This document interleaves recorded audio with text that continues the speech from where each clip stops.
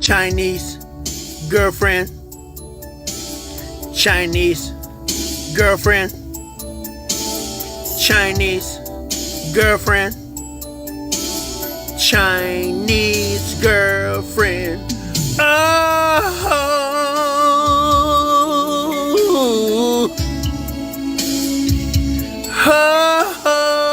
ho, ho.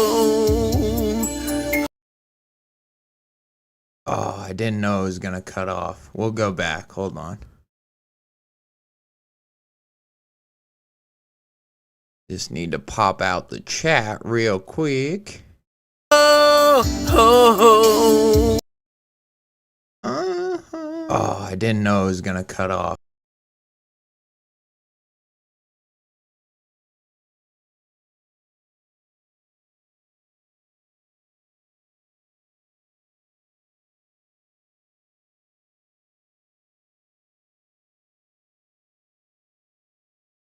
Oh, got it. Chinese girlfriend, Chinese girlfriend, Chinese girlfriend, Chinese girlfriend.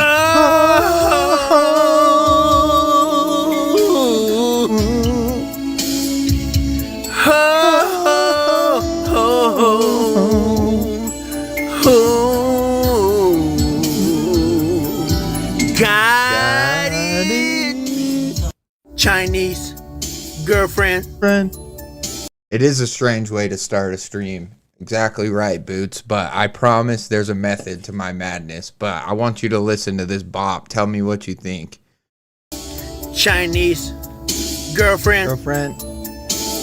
Chinese girlfriend. Chinese girlfriend. Oh,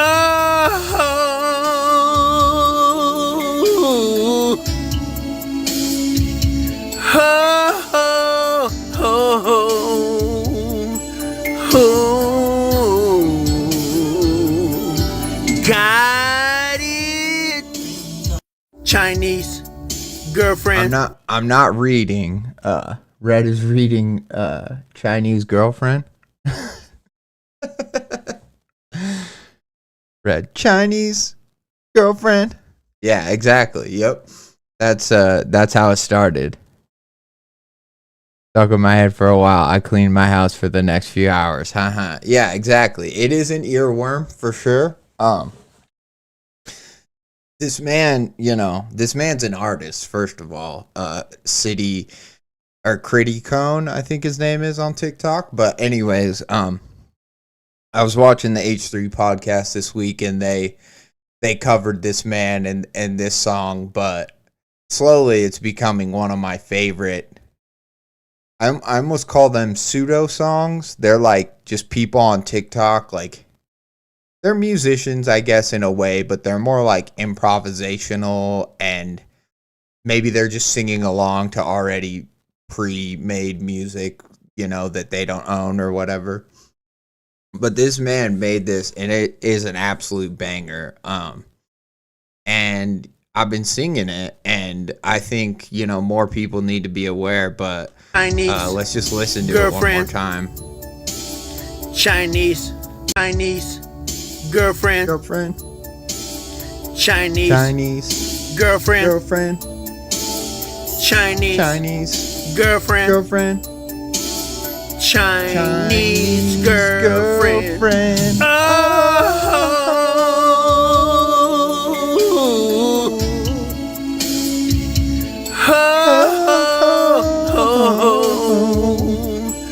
Oh,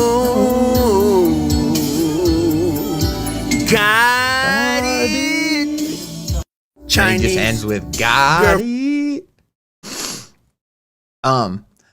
My purpose for showing you this video, I am gonna tie this back into horror and writing and creepypasta, but it is just an earworm. It is just a fun internet video.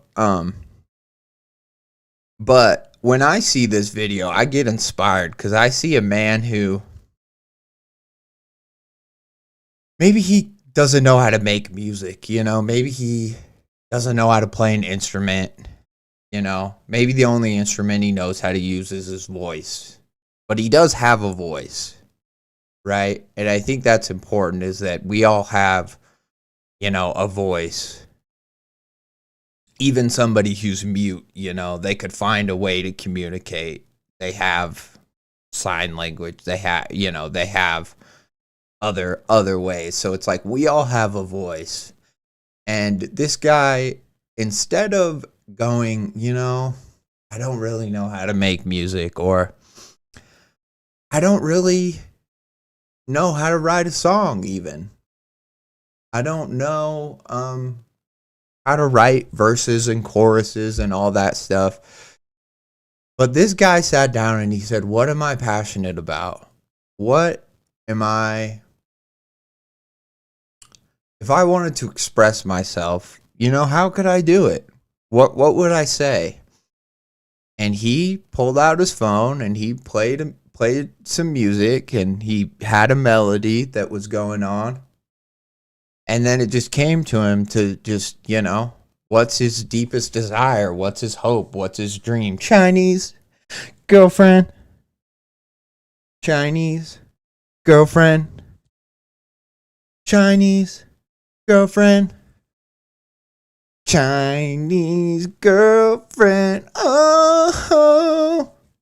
And I think that that's beautiful. And I think that more people, you know, need to take a lesson from Critty Cone and need to be fearless creatively. And it doesn't matter if you don't know what you're doing. Nobody knows what they're doing, really, at the end of the day. You know, some people, you know, make it look easy. Some people do it better than others. This guy, obviously, one who makes it look easy. You know, some people have more natural talent. That doesn't matter. Natural talent is... all that means is that, you know, you have less opportunity to be creative because you're just going to fall back on your natural talent. Whereas true artists, I believe, operate outside of talent and outside of expectation and outside of even quality, even whether it's good or bad. You know, they just simply create, they just simply do. And this artist is one such man. So hats off to you, Critty Cone, and you made an absolute banger, and I appreciate you. And this inspires me and should inspire a lot of people, a lot of writers out there who, you know, maybe they're like, I need to do more research. Maybe they're like, I don't know if I should write a sci-fi thriller about, you know, I don't know, homosexual cats on Mars. You know, I don't know if I know enough about that. But, you know, and so they're stuck, right? They're letting what they don't know stop them. And this is a sign that this man is a beacon to me to never let what you don't know stop you. Always, you know, express yourself, always create, and the rest will fall into place, you know? And it doesn't matter if it's good or bad or popular or not popular. What matters is that you simply you have a voice, and you use your voice. You know, you have it. You know, you used it while you had it. Thank you, Boots. I am on a roll. I'm feeling good tonight.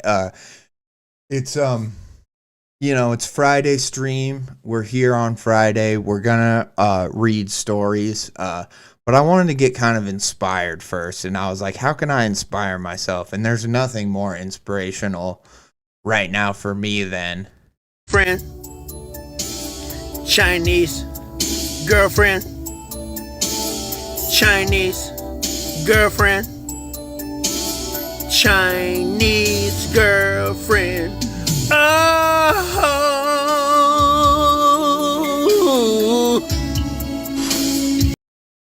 amazing. I love it. And so yeah, that's what we're gonna do.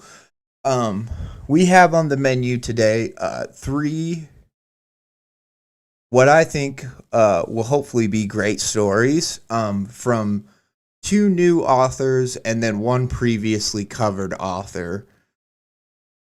The first one is called Rot on the Radio from CorpseAltar. Cool name.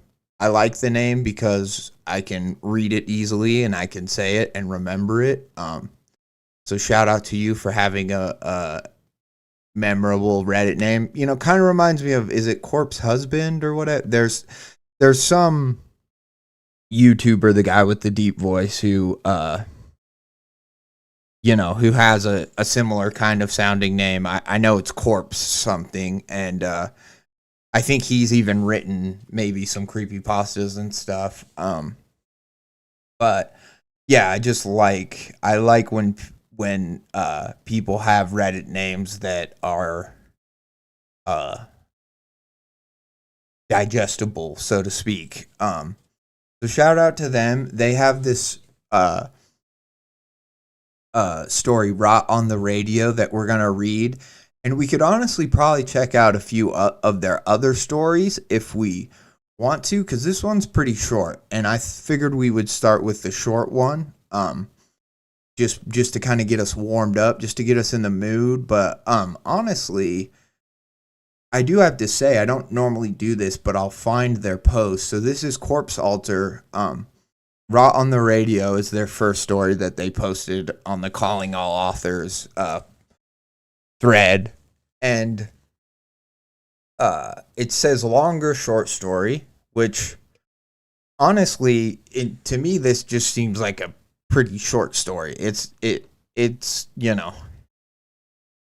like, you don't even scroll a full nother page down before it ends. And so I just have to say, and then they have another one called Fruit of the Womb, which is just a short story, but that one's like even shorter. And then they have this one that's like short vignette story. I've been 16 for 5 years. That's normal, right? And all of those, although this one has a cool picture, and I mean, this one is very, this is like, 2 paragraphs. So it is very short, and they're right about, all their stuff being short. But I just have to say that when they put like longer short story on the first one, I was like, have they seen some of these other people's stories? Because there's a lot of stories out there that are so much longer. I mean, even that aren't multi-parts, but that are just way longer. And then there's all the multi-part and like the novels and the series people are writing. But I just have to say that that's really cool, that I appreciate that, maybe that's kind of their sweet spot. Maybe they don't want to write like even, 4 pages story, or they don't even want to do like a 2,000, 3,000 word story, They're more in the like micro horror, not quite 2-sentence horror, but like whatever the step is above that. And obviously in a more serious genre, 2-sentence horrors are mostly for comedy purposes. But I just think that that's really cool. And we'll have to read their stuff to get into kind of, the vibe of it or what it is. But shout out to them for writing, having a digestible name and digestible stories. I think that there's a lot of people out there that like want their story to get more recognition or notice, and maybe the you could take a page out of Corpse's book and like find a moment where there could be just a short little vignette that's like a part of your story, and just post that and get people interested in that, and then be like, if you're interested in more, then you share the link to the full story or to the companion story, and that's really cool, like, and smart. And one of my favorites, so I'm listening to a fantasy series right now called Fate Marked, by David Estes, I believe is the author's name. Very good. Very, very interesting so far, has some great parts. But one of the things that I've enjoyed most about that story is, or the first two books that I've heard, is each book ends and there's still like 5 hours left of the audiobook. And you're like, what the hell? And it's like, there's prelude stories, and there's usually like 4 or 5 of them, but each one is just kind of a short story, about kind of a side character in the story, or maybe they're an important character, but they're one that was only talked about in the history of this fantasy series. Like one that I listened to in the last book that was really cool, was like the land that they're in is called the Four Kingdoms, right?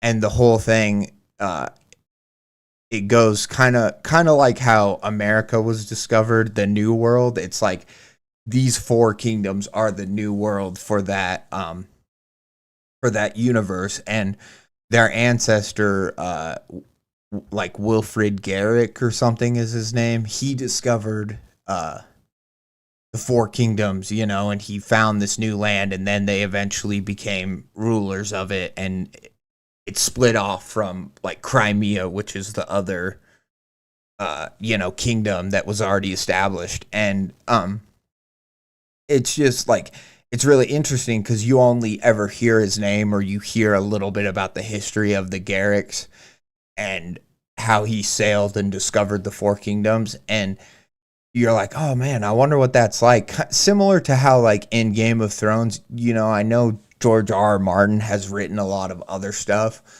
but it's like, I wonder what the story of Bran the Builder, like when he built the ice wall, like what happened, what led him to be like, we got to build this giant ice wall. And you kind of wonder that while you're watching the show, or while you're like listening to like YouTube videos about Game of Thrones and stuff. Whereas this author, he writes these shorts that basically give you almost the whole story. So it's really cool. And, each are maybe like 40 minutes long. So they're definitely longer short stories, but I think it's such a good idea for a fantasy series to, when you have this deep historic lore, to just weave that in at the end of your book via short stories. Like, I think that is, it's so much fun for me as a reader, because it gives you like the context, and it makes you feel like all throughout fantasy, you're always like hearing about like, oh, there's the oracle or the prophet, and there's all this history that you're like kind of privy to and that you're catching on to, but like you really need to watch a breakdown of on YouTube to really get to really understand it, or to really feel like you actually have a good grasp on it. Whereas this author, David Estes, he's just like, no, you just read the prelude stories at the end or whatever, and you kind of get that. You get that that lore, that backstory that's led up to the Fate Marked series that's happened over arguably hundreds or even thousands of years. That's kind of, and so I just think that is really fun, because then people don't have to wait for the whole other series that is like a prequel series, which are fine too. I know a lot of authors do that. They'll do their kind of main series, and then they'll be like, if you want more of this universe, there's actually the whole prequel, but yeah, I think that I just think that it's a really good example of where short stories can tie into your larger narrative and your larger universe that you want to create. Because I talk to a lot of people and authors, and they're working on a more, like Stephen King or whatever type of a universe, where even though these stories that don't seem like they could be connected because one's medieval and one's like modern sci-fi or whatever, but they're all gonna connect through this, you know, Marvel-esque extended universe I'm creating. And that's awesome. I mean, I think that that's so cool that so many people are that ambitious and have so many different types of stories and stuff that they want to tell. But it doesn't mean that they all have to be 900-page books either, you know. And I think that that's cool. So anyway, sorry, I went off on a little bit of a tangent there, but the next story is going to be from an author that we read their story, Knock Knock Knock. It's BW Byers 2233. And it's called Well Glory Hallelujah, which love the name. It looks like it's going to maybe start with some Bible verses or stuff. So we got some religious themes, some cool, just interesting, probably religious horror coming in. And then this last one, I found an old message from my brother. I'm an only child, part 1, from Ellison 02. We'll at least read part 1. We might just read part 2 as well, because it's only a 2-parter, so we might just power through and try to read the whole thing.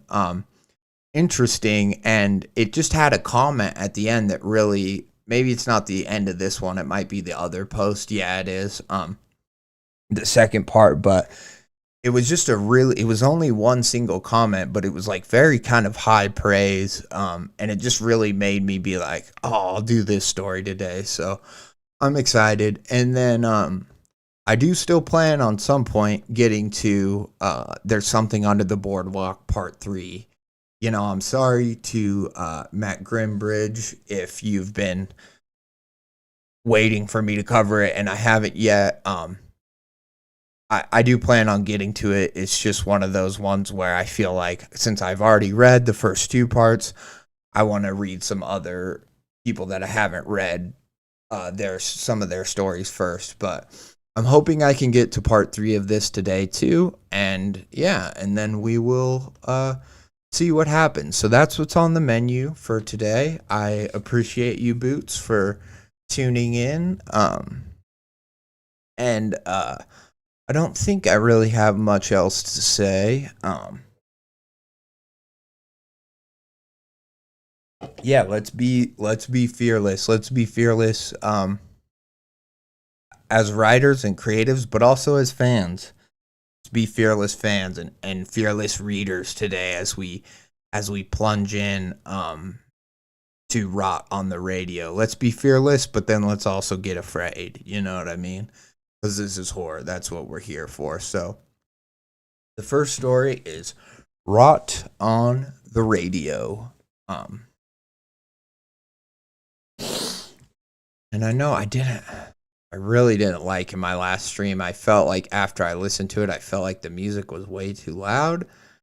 And, you know, that's probably just my fault, because I can't really tell how loud it comes through.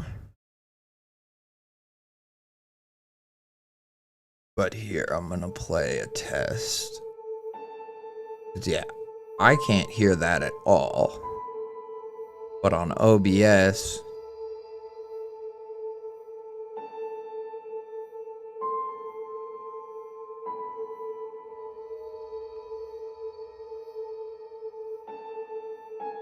see, it doesn't even change. I've gone up by 50%.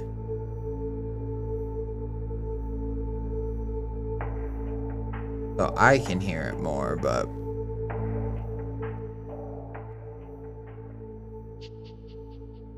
like it cranks it up from my headphones, but not on OBS at all. So, oh well, we'll give that a try. Let me know, Boots, if you're still here, if the music seems like it's too loud. 'Cause I like something in the background. It bothers me when it's just silent, but I also don't want the music to overpower the story, you know what I mean? So Rot on the Radio by CorpseAltar. God damn. Fruit fly. Son of a bitch. The Italian butcher had locked himself in the shop's walk-in freezer. So already, Italian butcher kind of sounds like a... I assume they are just an Italian butcher, but it also kind of sounds like a nickname, you know? Like a serial killer nickname or something.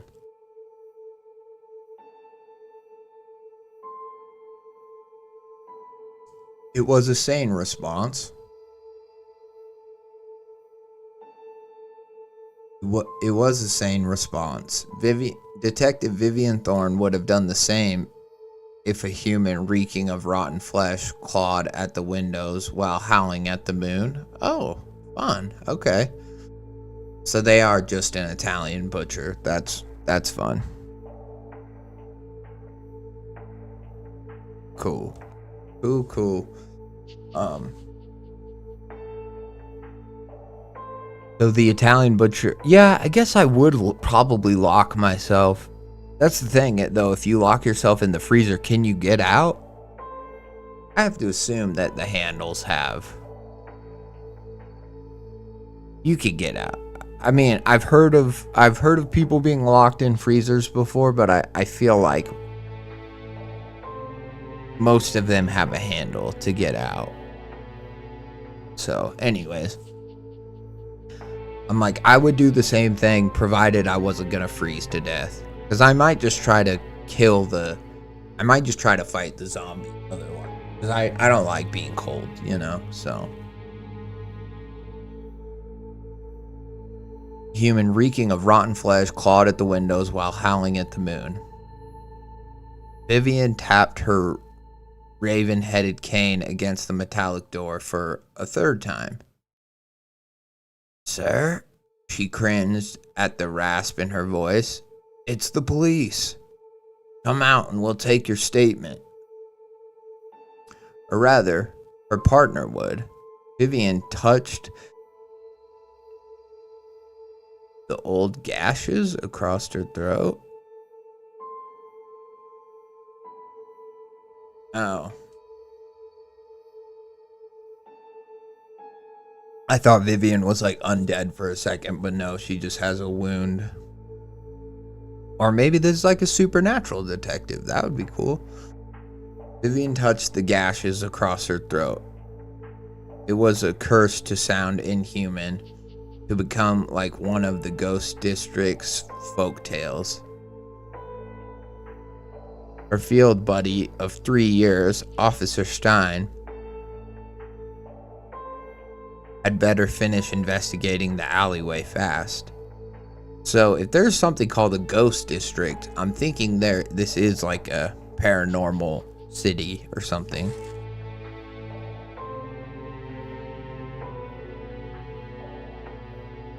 Let hell dance before I come out.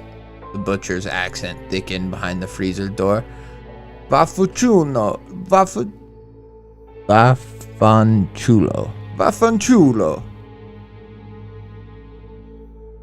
Saint Drusilla. Vivian sighed and rubbed the one diamond eye of her raven-headed cane. She prayed to her deceased sister for patience. In this case, yet the raven's other ruby eye scattered bloody flecks on the cement floor, as if her older sister noted that Vivian's request was futile. Her police transceiver buzzed. Detective Thorne, Officer Stein said. I see no sign of the perpetrator. I'm heading back now. Vivian cleared her scar throat. Did you hear that? He asked the butcher. Oh, did you hear that? She asked the butcher. Crazy man's gone. The Italian remained quiet for a moment. It wasn't the man, he muttered. It was my late wife. Vivian's eyes widened and her fingers tightened around her cane. Eve Machiavelli. Eve Machiavelli, the butcher's wife, had been missing for 13 years. I think now, okay, if she's been missing and the guy said my late wife, like, oh, he killed her. He killed her for sure, and then the zombie came back for revenge. I think the butcher definitely killed his wife. He knows how to render meat. He knows how to fucking, whatever, get rid of a body, so to speak. The butcher killed her. Calling it from the 3. I've been missing for 13 years. She was a cold case. Their last lead was her frenzied 1 a.m. police call reporting a stalker. A dog man that shuffled after her that night, panting with an elongated tongue and blind eyes. She said he smelled like death. Now, the butcher said his wife was back. Vivian's hand shook as she radioed her partner. Officer Stein, we have a new development. Hello? A sweet Italian lilt cracked over the police radio. Vivian froze, her fingers twitching against the walkie-talkie. That was a woman's voice, a voice that Vivian had filed under missing, presumed dead. Eve Machiavelli. Vivian cleared her throat, unable to still the tremor in her voice. Eve? I'd like to report a stalker. I'd like to report a stalker, the woman said, her voice hushed like a scratched police recording. There's a man, a dog-like man. Puppy-like whines followed, labored breathing, lips smacking as Eve swallowed spit. He's following me, the butcher's wife said, her voice becoming shallow. A low, animalistic snarl followed. The dog, man. Eve, Vivian said, the words withering in her throat. She moved from the freezer and fumbled to lock the butcher shop. Where is Officer Stein?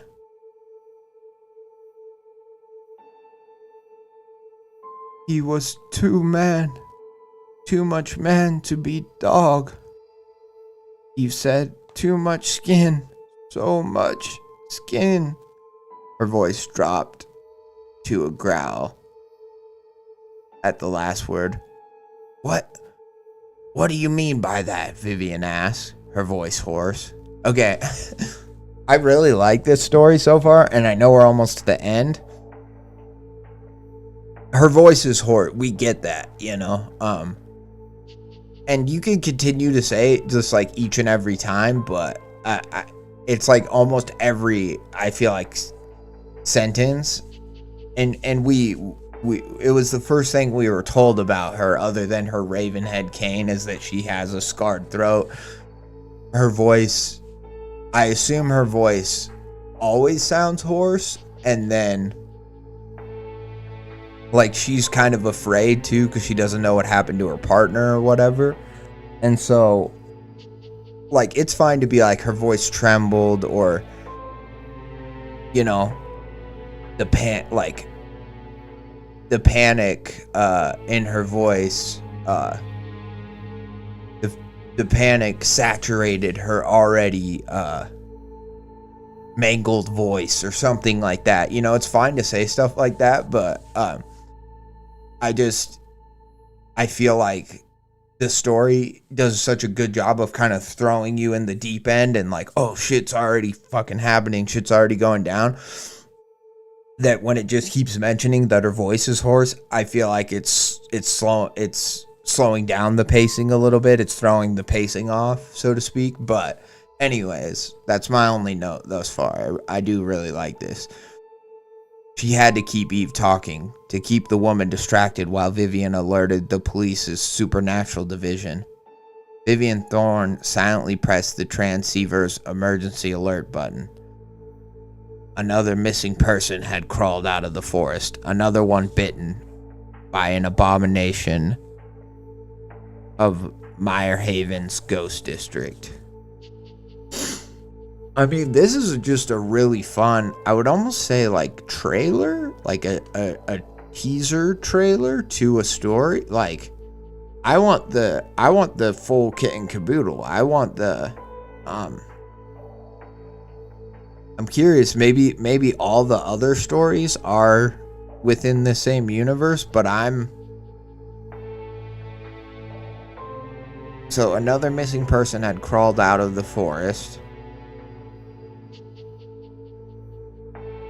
Meyerhaven's, I guess, the town or the city. Meyerhaven's ghost district. So interesting. So maybe she was bitten by this dog thing, but I'm still thinking she could have been killed by her husband. I don't think that's fully off the table, because she went missing. She saw the dog person, went missing. Seems like now was still trying to report the dog person 13 years later or whatever. And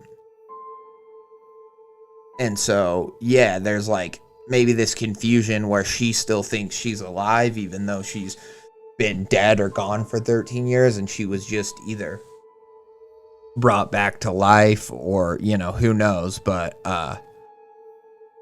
very fun. I like it. Very fun. I think this is a great, like I said, kind of supernatural, whatever, cop mystery kind of a show, or not a show, but a series. And this is just kind of your before the credits of the Law and Order start. This is kind of your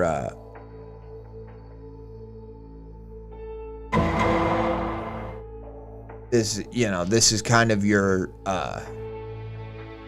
beginning, and then the credits roll and the theme song starts. So I would like to see the full episode. I would like to see that this is what we watch before the first commercial break. I would like to see what happens in the rest of the episode. But very fun, and honestly well written.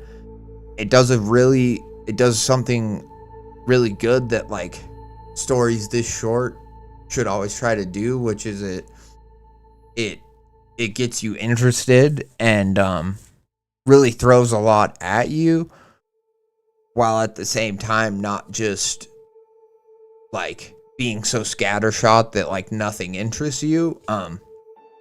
This was good. I like this.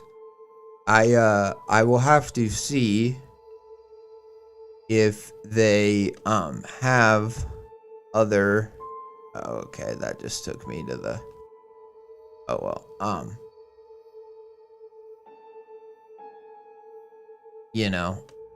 Fruit of the Wind.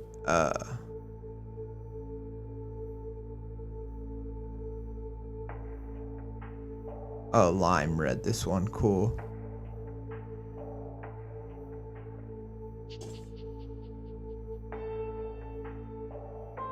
So it doesn't seem like this one's connected, although maybe it is in some marginal way. Yeah, it's still a supernatural tag, which that could be for anything. That doesn't mean it's connected, but I'm interested. I would really like to know if there's a conclusion to the story of Rot on the Radio. And it's a cool name. I did not think it was gonna be police radio, but now that I know that, me, I love a good mystery, a good police procedural. And so I would love to read more. I would be fully interested in checking out more. But that was good. And like I said, with a story this short, the best thing you can do is leave your readers wanting more. And that's exactly how I feel. So it's not like a completed story. I feel like it's more of,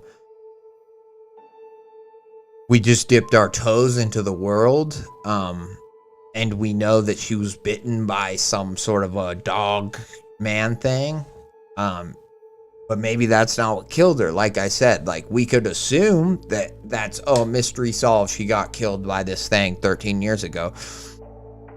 But I bet there's more to it than that, and I would not be surprised if it was the butcher who did it, which is very fun, and it gives me enough where I can speculate on and can wonder, and that's very cool. So shout out to you, CorpseAltar. I'll definitely maybe have to check out one of your other stories in like a future stream, or maybe just read them on my own. But I would be curious if you end up watching this, or if you have or if you've written more to that story or in that specific universe about like Detective Vivian, what's her name? Vivian Thorne. Do we have more stories about Detective Vivian Thorne? Because I would be very interested.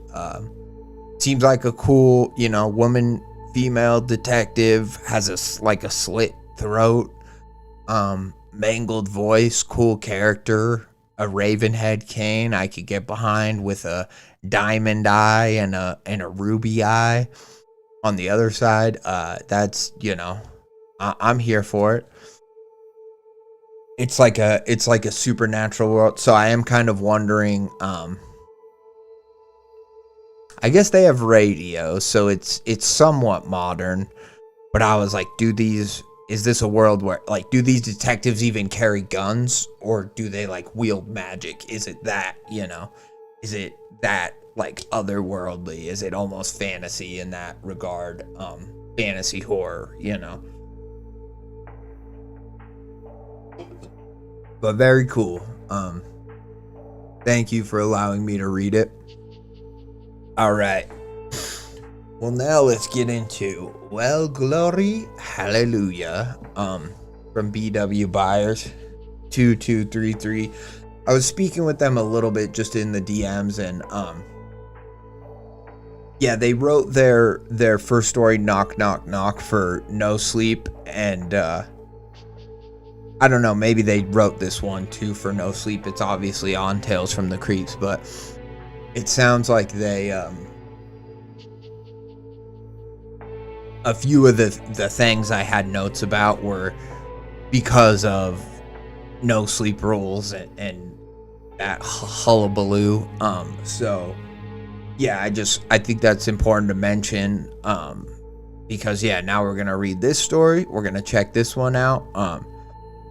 And it's not like I didn't like Knock Knock Knock. There was just a lot that I found like kind of goofy about it, or silly, or I was like, the main character, you're just dumb. Or I was like, I was like, it's just so depressing, the end is, this and that. And so I just think it's important to mention, that and let's read one of their other stories. Let's read Well Glory Hallelujah, and it has the tag cults, which I think is always fun. Cults are very interesting. I especially like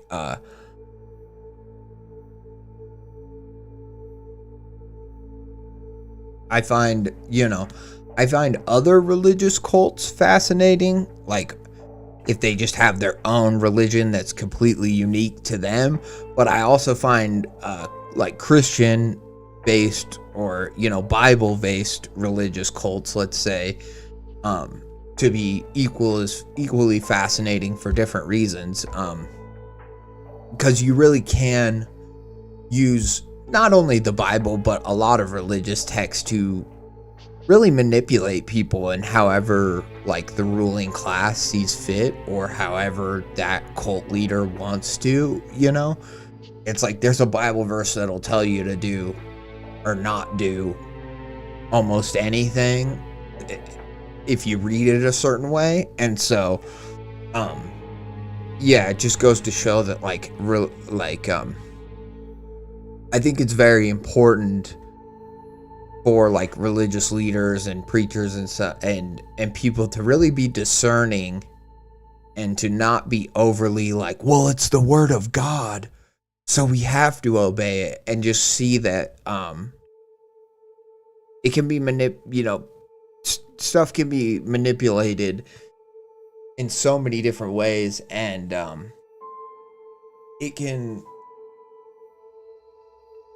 just be a tool that's used to control. And if you're going, this is my advice just before we get into it. If you're going to a church and all they're talking about is what you shouldn't do, or what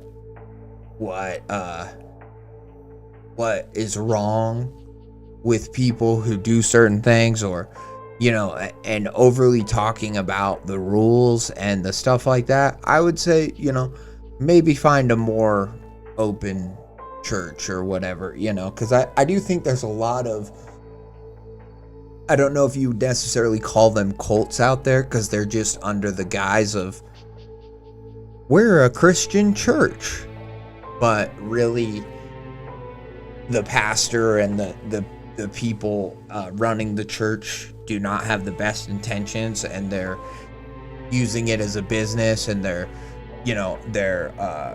really not giving back, and they're profiting off their parishioners. And I would just say, like, I would just encourage more people that it's okay to a preacher or a religious figure is not the word of God, and is not the end all be all. And it's not only is it more than fair to question them, but you should question them, and you should not take everything they say as gospel, and all that stuff. Because I see a lot of people that just, well, they're a man of God, so I give them the benefit of the doubt, or this or that. And I'm like, no, I mean, they're in a position of power just like any other person. A politician, you assume the worst usually, or this or that. And so it's like, it should be the same for people, that have positions of power like that. And being the head of a church is a position of power just like any other one. So anyways, that's enough of my soapbox. But it really bothers me as somebody who is spiritually Christian, when the Bible gets used that way, and so that's why I kind of went off like that. But anyways, well, glory, hallelujah. Timothy 3:1, King James Version.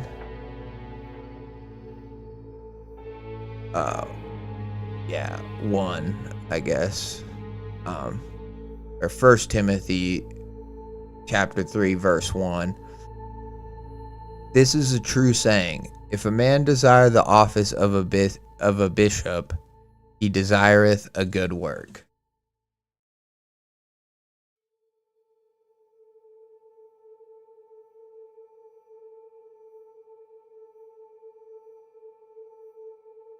I'm glad you made it too, Danny.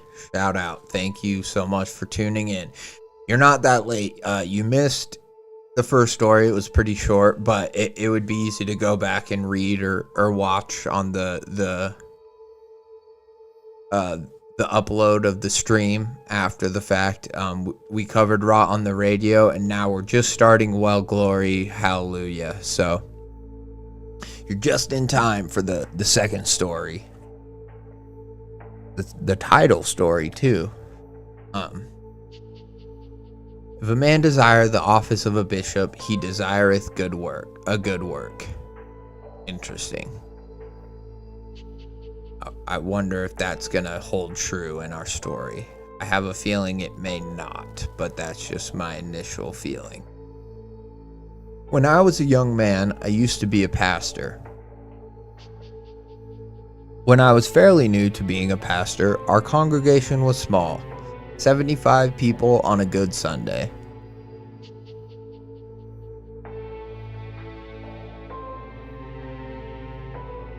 Hell yeah.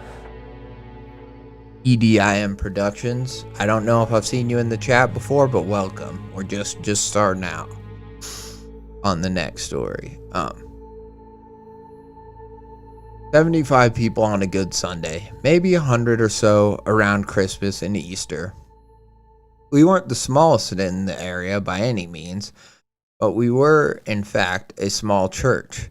So I spent my afternoons working at the nearest Home Depot so I could have insurance and to supplement my pastor's salary and not be a monetary burden on my flock. See, already, good pastor.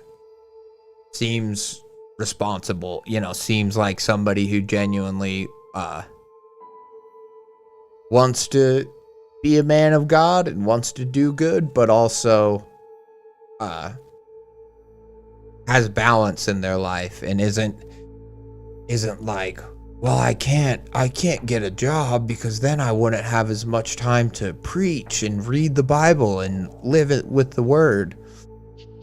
I'm like, God doesn't just want you to praise God all the time. God wants you to have a life. And anyone who tells you otherwise is probably trying to indoctrinate you in some sort of a way. Right on. Well, thank you so much for tuning in. Thank you.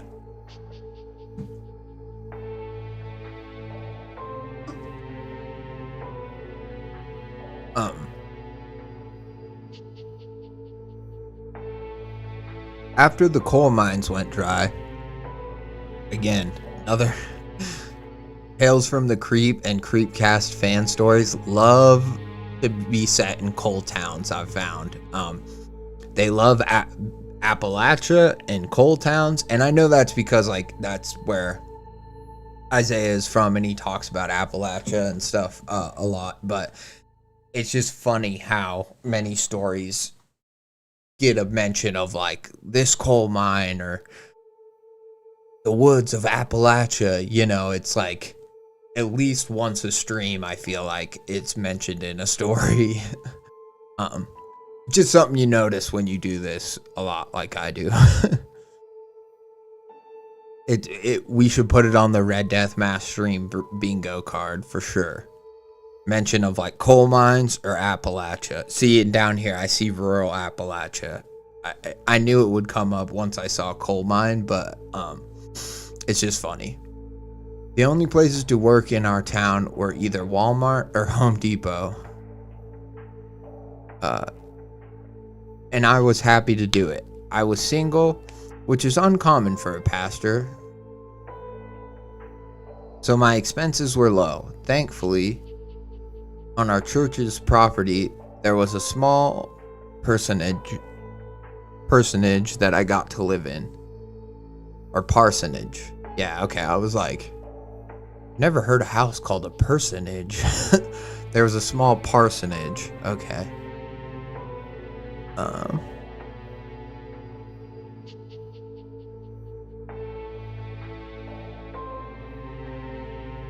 Yeah, it is like a little campfire. That's one of the vibes I'm going for. I would say an up. I don't want a campfire that I'm falling asleep at. I want a more upbeat campfire. But that's definitely what my streams are all about. So thank you.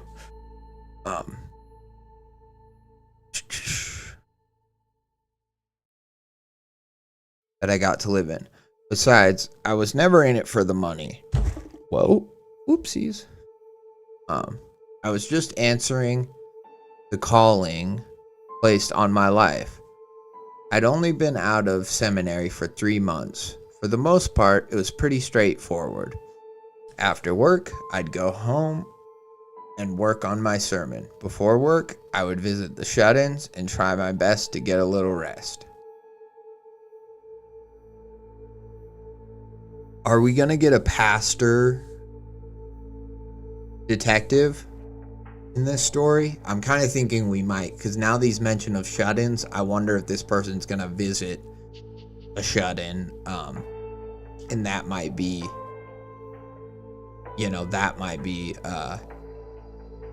where our story kind of begins, you know what I mean? Because I love that. I do love when it's like person of God or whatever faces a supernatural threat or faces an evil threat. I think it's a little more interesting because yes, they're effectively in the story. Their job is to figure out what's going on, like a detective's is. Their job is to peel back the layers of the story for us as the reader. But it's also cool because they have the other motivations of like, am I doing, whatever, am I being ethical, am I being a good, whatever, am I doing good work in my God's eyes, and I think that's like always really interesting when you have like the demonic or like the sort of exorcist type movie where they're trying to help the family and they think that the girl's possessed by like a demon, but then also at the same time they're like strapping this little girl down to a bed or whatever and doing all this stuff, and it's like it's such a tightrope because you're like, you're supposed to be helping this family and everything only seems to get worse, and it's just, and so it's fun. I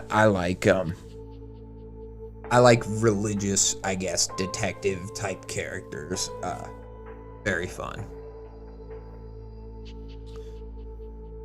Not only was I fresh out of seminary from a fairly reputable Baptist-leaning college in South Carolina, I was brand new to the area where I was pastoring. Being from northern Michigan, rural Appalachia specifically,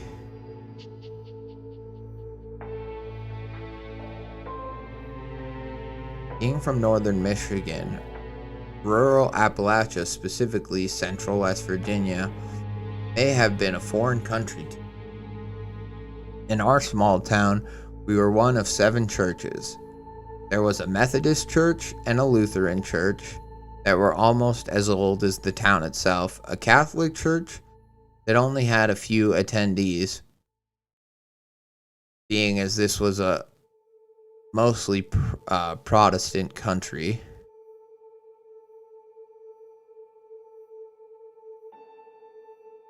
Did it mean county there?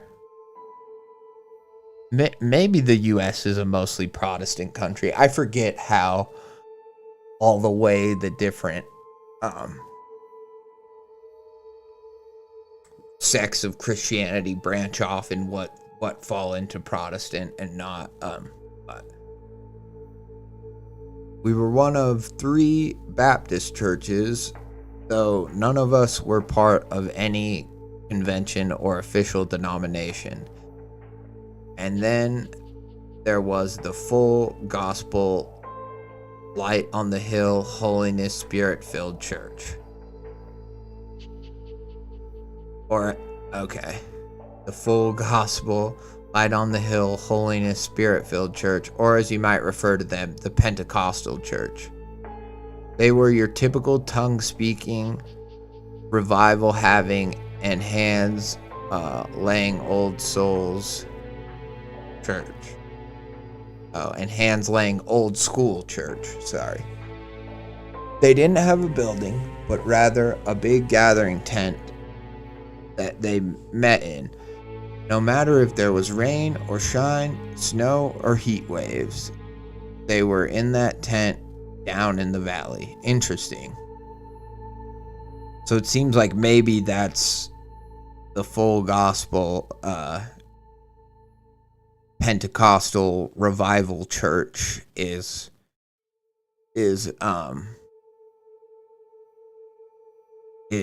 gonna be maybe where our cult pops up. We don't know that yet, but maybe.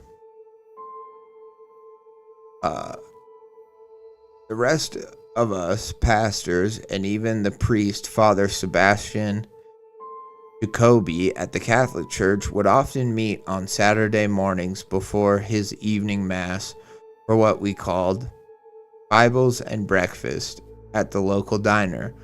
Mostly we'd all just take turns reading a passage, discuss said passage, and on occasion we'd get into it, albeit heated, but always friendly debates. It was a joy to come alongside others who felt the pressures of the office of pastor. But Brother Bill, as he insisted we call him, always refused to join. "Sorry, y'all, but I must be about my father's business," he'd say, with that ear-to-ear grin whenever we invited him to join us. But we would always ask whenever we saw him in the neighborhood Walmart. He was a friendly guy, if I'm being honest, but he wasn't the most sociable person. Other than buying his weekly groceries, the only thing I'd ever seen him do was pace up and down each and every row of chairs under that tent. He'd pray under his breath, muttering what I'd perceived as mostly gibberish. But every now and then he'd mutter phrases like, "Well, glory, hallelujah," and "Yes, Father, I thank you for your goodness." For what he lacked in personality, he made up for with ceaseless prayer. Interesting. So it's almost like, I mean, it is interesting, right? Because there are plenty of like atheist people that would say like any form of prayer is just delusion or even mental ill. Like I've heard some really like fervent atheists go so far as to be like, it's mental illness. You think you're talking to, you hear a voice, you think you're talking to God, which obviously I don't believe with, or I don't agree with, but then there's like the other side of that coin where you have people who are like, "Oh no, God talks to me every day," or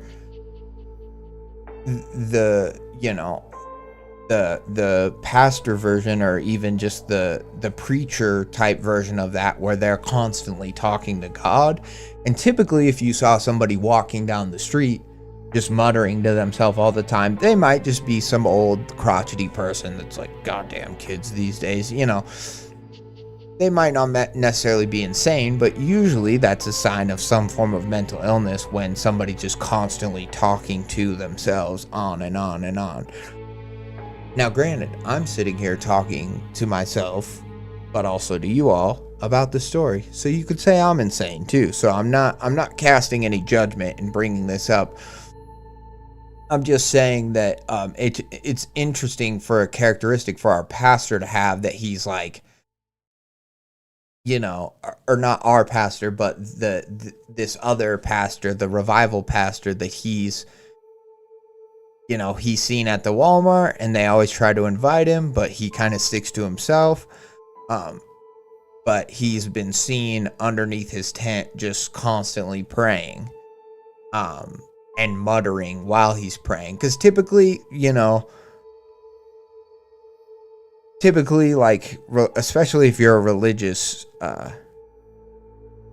figure like that, or a preacher, like, you're either going to pray out loud and say, "Oh, God bless," and pray with your flock out loud and lead them in prayer, or you would pray, in your head silently, like plenty of people do. Or sometimes, if you're alone, you might pray out loud just to have that extra whatever act of physically saying the words, which plenty of people do. But they do the prayers and then they're just kind of done. It's not just like a constant thing. So the fact that it seems almost constant with this character is interesting. It's making me wonder already about their mental state, and are they just talking to God. Maybe they hear the devil too. You know what I mean? Maybe sometimes they're praying for help from God, but they're also, arguing with the devil, sort of a thing. Very cool, very, very interesting dynamic already setting up in this town. And I like that all the other pastors, pastors and whatever, priest of the town are all on good terms, and they all meet and discuss the Bible and all that stuff. It is the South, so I wonder. I'm like, well, is there does the rabbi get to come? That's kind of one thing I was thinking, but it's Appalachians. It says it's the South. You can pretty much bet that there's only Christian churches around there, just because that's the culture. I mean, that's the Bible Belt, baby. You know what I mean? It's like a town doesn't even, it only has one grocery store, right? Walmart, but it has 7 churches. I mean, that just tells you something right there,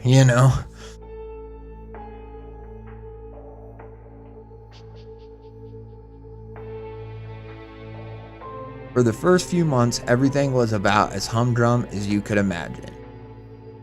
Meet with my pastor friends, visit the shut-ins, work, preach, repeat. It wasn't until I noticed one of my congregants was missing one hot July Sunday evening.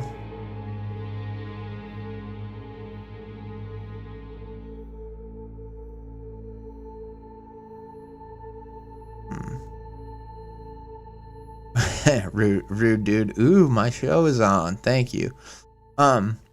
This sentence it felt unfinished to me. I don't know. What do you guys think? Everything was about as humdrum as you could imagine. Meet with my pastor friends, visit the shut-ins, work, preach, repeat. It wasn't until I noticed one of my congregants was missing one hot July Sunday evening. I guess it's fine. I don't know. I was just expecting a second part to that sentence, but it still makes sense. Hey, Marianne, where's your sister tonight? I asked a woman who was just a few years my senior. Well, Pastor Wayman, Charlotte figured she'd try out the Full Gospel Church down in the valley this evening, he replied with a bit of huff on her voice. You see, Charlotte and Marianne were both living together in their folks' place ever since they'd passed away. Their father, Hunter Ray, had a heart attack when they were both teens, an unfortunate consequence of his drinking, smoking, and eating habits. Their poor mother Alice, who was already doing most of the breadwinning by that point, decided that was the end of their generational curse. Even though Sundays were her only day off from her cashier gig at Walmart, she'd take her kids to church and dedicate their lives to the Lord. After all, 3 of them had gotten saved and baptized. Yet another tragedy befell them. Poor Alice had gotten diagnosed with a brain tumor. Unfortunately, it was too late to operate, and even with Alice's health insurance, there was no way for her to pay or for her to afford chemo. Does Walmart offer health insurance? I don't 100% know about that. I have worked at a Walmart before. Didn't have the job for that long. Only like 6 months. So it might have been, it was right before I moved to Colorado. And so it might have been that I just hadn't worked there long enough for the health insurance to kick in. But I also know that these big corporations like Walmart, they specifically keep a lot of part-time employees. They specifically will only hire people to work like exactly 39 hours because they don't want to give them health insurance, and so yeah, that's another part of it too. That's why it's like any teenager or whatever can get a gig working at Walmart usually, or Target, or a lot of grocery stores. But it's a little bit harder to get a full-time job. That is one thing that, like, I remember being a like young adult searching for jobs and being like, what's the difference? I'm already working, I work 5 days a week, like I work, and they're like, yeah, but you only work 7 hours a day, and they're keeping you under the full-time thing, so then they don't have to offer you that. And I'm like, oh, that's a racket. But yeah, just something, because I'm like, even with Alice's health insurance, I'm like, would Walmart have good enough health insurance to where you have cancer and they need to even if they could operate, like, would you be able to get that, really? I don't know. But that's just some of the joys of the American healthcare system, friends. And if you don't live in America and you don't have to deal with it, I would say be grateful for that alone. There's plenty of good things that I love about America, but the healthcare system is most certainly not one of them. There is no way for her to afford chemo. That didn't stop the church from pooling all their measly earnings together and helping pay for it anyways. It was a long, hard battle that Alice fought valiantly, but in the end, she passed away at the young age of 42. Damn, I was thinking she was like 60s at least, because she had, I guess her kids weren't grown yet, but damn, that sucks. Why do the good die young? Her husband seemed like kind of a dirtbag, so it was fine when he passed, but then I shouldn't say dirtbag. He's a dirtbag for making her do all the work, I would say. He's not a dirtbag just for drinking, smoking, and having bad eating habits. That's normal. I mean, who doesn't? Let's be honest. Know what I mean? Know what I'm saying? A little bit of Red Bull every night makes me feel good. It makes me feel right.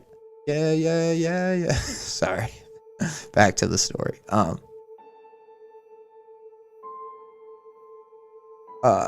This didn't shake the faith of her young daughters, who found themselves owning and paying for a double wide at the ages of 19 and 16. Oh, damn. Okay.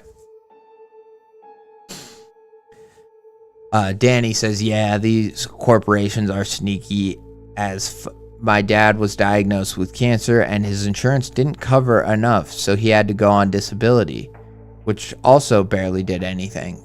Yeah. One of the great joys of living in a free, developed country that's, the greatest country in the world is that, you get cancer, and even if you have a job that you have health insurance, they're like, oh, well, we're not going to really cover it. Or, oh, your job is like, well, you've got to work. Or, I mean, it's just bullshit. It's just all bullshit. Health insurance, healthcare should not cost. It should not be like this, I know some people still think that insurance is a good thing, and that, the United States should have some form of, we need insurance, because otherwise how can people innovate and this and that. And it's just all a crock of shit. We deserve healthcare, and we deserve to not have to, if I break my arm and can't work for 2 months or whatever, that shouldn't be such a life altering event where, oh my God, I have to have surgery, and then medical bills and all this bullshit. It's just ridiculous, honestly. If you're not I don't know, if you're not for like free healthcare for all, then I'm just like, whatever. It should be.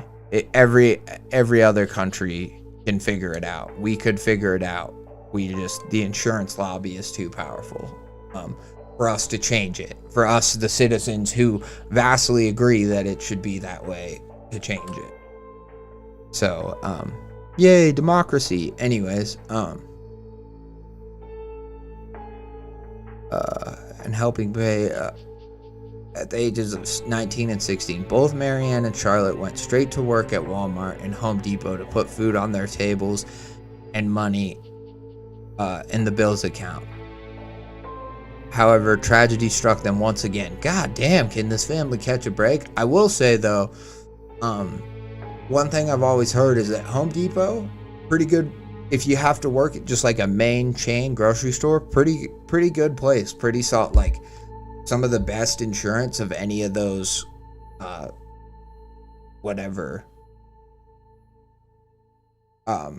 nationwide chains, and also like pretty good pay and stuff from what I've heard from people who have worked there. So if you need that sort of a job, I would say go with Home Depot, like our boy did, like our preacher does.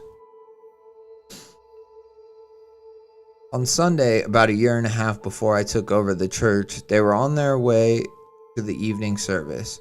The sun was low, but they could see well enough.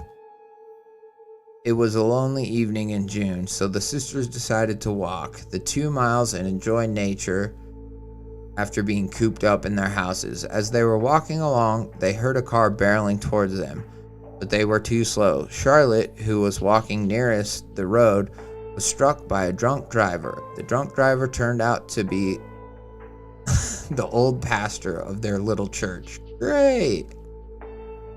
Once again, everyone in the congregation gathered around them and helped fund Charlotte's hospital bills. Well, everyone except the pastor. The doctors and the surgeons put everything back together as best they could, but nothing could fix the crushed T12 vertebrae. By some miracle of God, yet again, the girl's faith wasn't shaken. From that day on, Charlotte was a paraplegic, waiting on her miracle. God damn it, that sucks. Marianne continued. Brother Bill has been pestering her for months about going down to one of their healing services. Says he can restore her by the blood. I wasn't convinced by all that holy roller nonsense, but I replied, well, if it be God's will, I sure hope she's healed.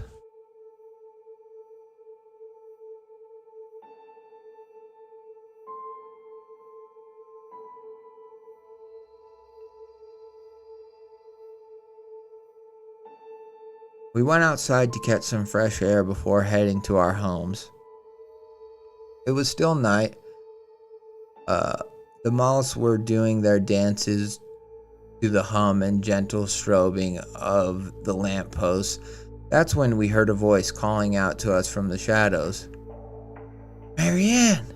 Marianne! He did it! Oh, thank you, Lord! He did it! The voice yelled.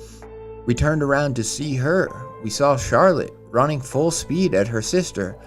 Charlotte? Oh, Jesus! Marianne cried out, with tears streaming down her face. I couldn't believe my eyes. I had just seen Charlotte that morning in her wheelchair, but there she was now, running. After gathering herself, Marianne said, How can this be? What happened? Charlotte went on to explain to us that by the time she'd gotten down into the valley off the bus, there wasn't enough room for her in the tent. The service was already in full swing, as the music and hollering were so loud she could hear it echoing all around the valley. She almost turned away. Then Brother Bill halted the service with a single hand in the air. From the very front of the tent, she heard him call to her. The crowd in front of her parted like the sea parted before Moses. She began to wheel herself forward, but she could feel someone pushing it from behind. However, when she looked, there wasn't a soul pushing. The silence, she said, was almost unbearable, as that singing and wet as the singing.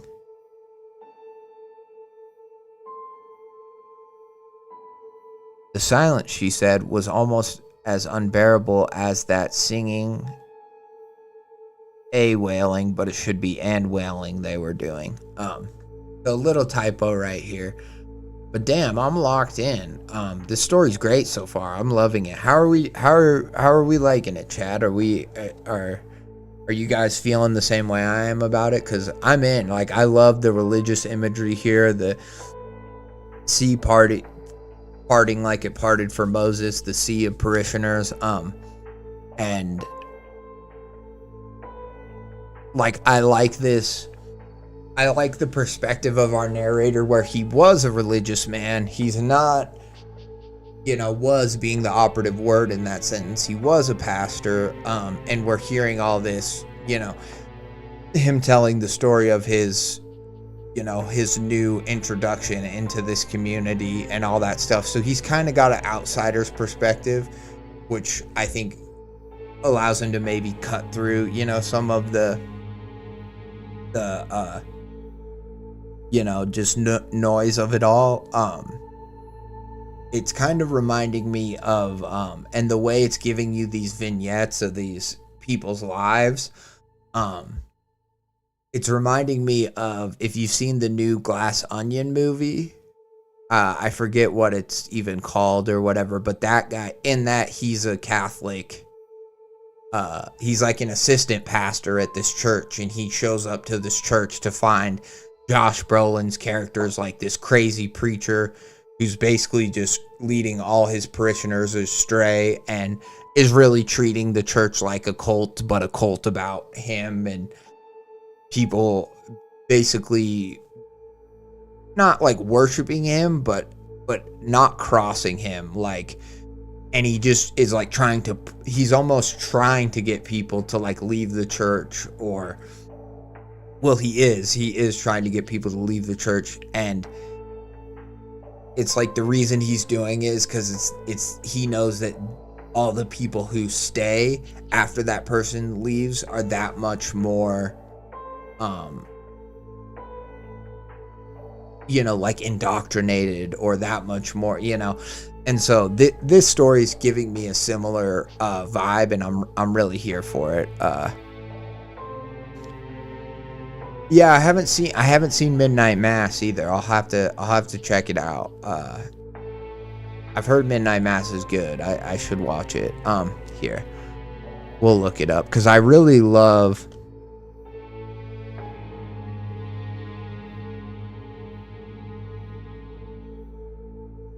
I don't know, like, I liked, or not, it's not. Yeah, Wake Up Dead Man, a Knives Out mystery. Yeah, and what I really like this main actor. He was also from, not him, fucking A, anyways. Where's the cast? I can do this on my phone. Here we go. Josh O'Connor. I love Josh O'Connor. He's a great actor. Does a great job at playing the pastor. The Daniel Craig as Benoit Blanc is always good too. But yeah, like the first Knives Out movie I remember liking. I remember being like, this is good. The Glass Onion, I can't remember if I liked that one as much too, but I did enjoy this one quite a bit. If only because of Josh O'Connor's performance as opposed to Josh Brolin. Like, that was, that kind of made it for me. Yeah, and I love Josh O'Connor. He's also in that movie with Zendaya where it's like Challengers. Yeah, that tennis movie. This movie's great. Watch Challengers if you want to watch a twisted love triangle movie. But anyways, I'm picturing our pastor is, to me, in my head, Josh O'Connor. And that movie doesn't take place in the South really at all. But yeah, it's That's what I'm picturing now, and I'm picturing this because in that movie there's a woman in a wheelchair too who's giving a bunch of money to the Catholic Church hoping to be healed, and Josh Brolin's character is telling her that, you know, if she gives more, God might make a miracle happen, you know. And it's just so similar kind of themes here going on. Although this person was healed, you know, we don't know by what yet. Possible she wasn't healed by the power of God. Maybe it was something else, a more sinister power. Let's see.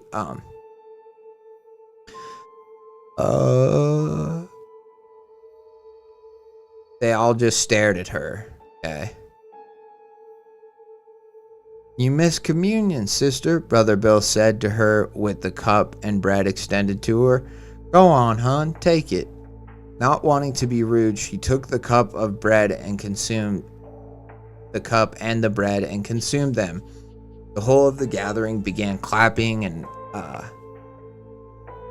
exclamating phrases that she was unused to in her conservative Baptist church. They all began laying hands on her and speaking in tongues. Some even began sprinting all around and jerking back and forth,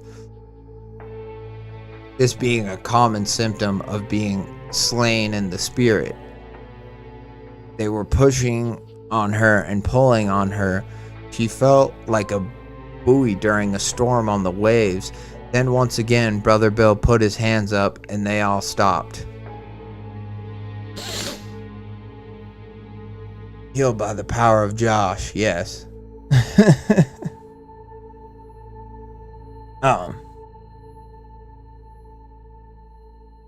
But I do just want to say too, real quick. I'm very into the story, so I'm sorry to keep pausing so much, but it is a very surreal experience. I would encourage people, if they've never been to this type of a church where they do the speaking in tongues and the healing and the whatever. I mean, it's a trip. It's a, you know what I mean? It's an experience to, even if you're not like actively participating, like you're not speaking in tongues or you're not like, you know, holding your hands up, like lost in the spirit. If you're not like doing all that stuff, but just to watch it is very intriguing. And to have those to have those churches where people aren't quiet, and like the pastor will preach something and they'll be like, hallelujah, pastor, you know what I mean? People are yelling out. It's interesting, right? Because I could understand how when you've been to a very, like, let's say Catholic church, right, that where it's very tame, it's very quiet, like they're the things to kneel down on. It's very like structured. To go to a type of a church like this, it can be like a bit of a invigorating experience, and you would be surprised at how infectious the people, whatever, getting lost in the spirit, so to speak, how infectious that kind of can be, and in some ways cult-like, you know. I wouldn't argue that every Pentecostal or whatever, that type of revival church, I'm not saying that they're all cults. I mean, they're all religions, obviously, but you would be surprised at the amount. And what I will say is, if you do ever go to experience one of these places and the pastor just keys in on you for some reason and is like, today you're gonna be baptized, or today you're gonna give yourself over to the Lord Spirit, and they do anything that makes you uncomfortable, just leave. You can walk out at any time. Because that is one thing that I don't kind of like that they do, is like, let's say someone's just coming because they're curious and they're not doing all the like, hallelujah, holy, holy, speaking in tongues, whatever stuff. I don't like that. Then sometimes the religious leaders will try to key in on you and like pressure you to like, come be baptized, be whatever. You know, that to me is one part that I don't like about them. But yeah, I just have to say, if you've never been to a church like that, it's an experience. You know what I mean? Running around doing backflips, band going crazy, lol. That's my whole childhood, teen years. Yeah, I mean, there's different versions of it, right? There is like a more musical one. There is, there is people doing, doing all sorts of like push-ups or whatever. There's like the bodybuilder version of it. It's crazy. I mean, it's a lot. It's pretty wild. Let's put it that way. It's very wild.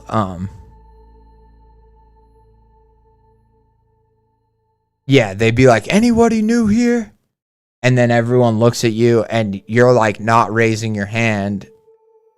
And they're like, if you're new, I invite you to come up and give yourself over to the Lord fully, and all that stuff. And the whole time you're just standing there like, I don't want to go up there. Like, I believe in God, but I just don't want to go up there. You know what I mean? So the whole time you're doing that and they're like, anybody, come on, you know what I mean? And the whole time people right next to you are like, go, go, go. And it's just, you're like, yeah. I don't like that peer pressure aspect of some of the stuff.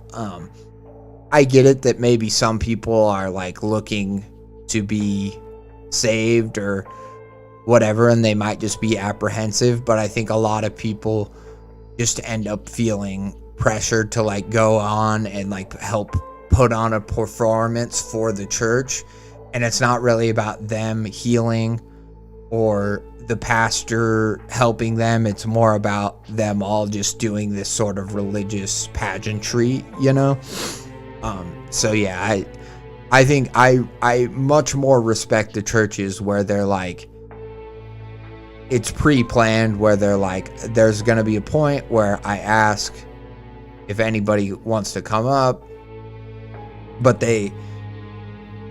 and tell their story or testify or whatever, but they have that like pre-planned out with a person who's like already agreed to it and wants to tell their story. Then I'm like, that's cool, that's fine, whatever. But yeah, sounds like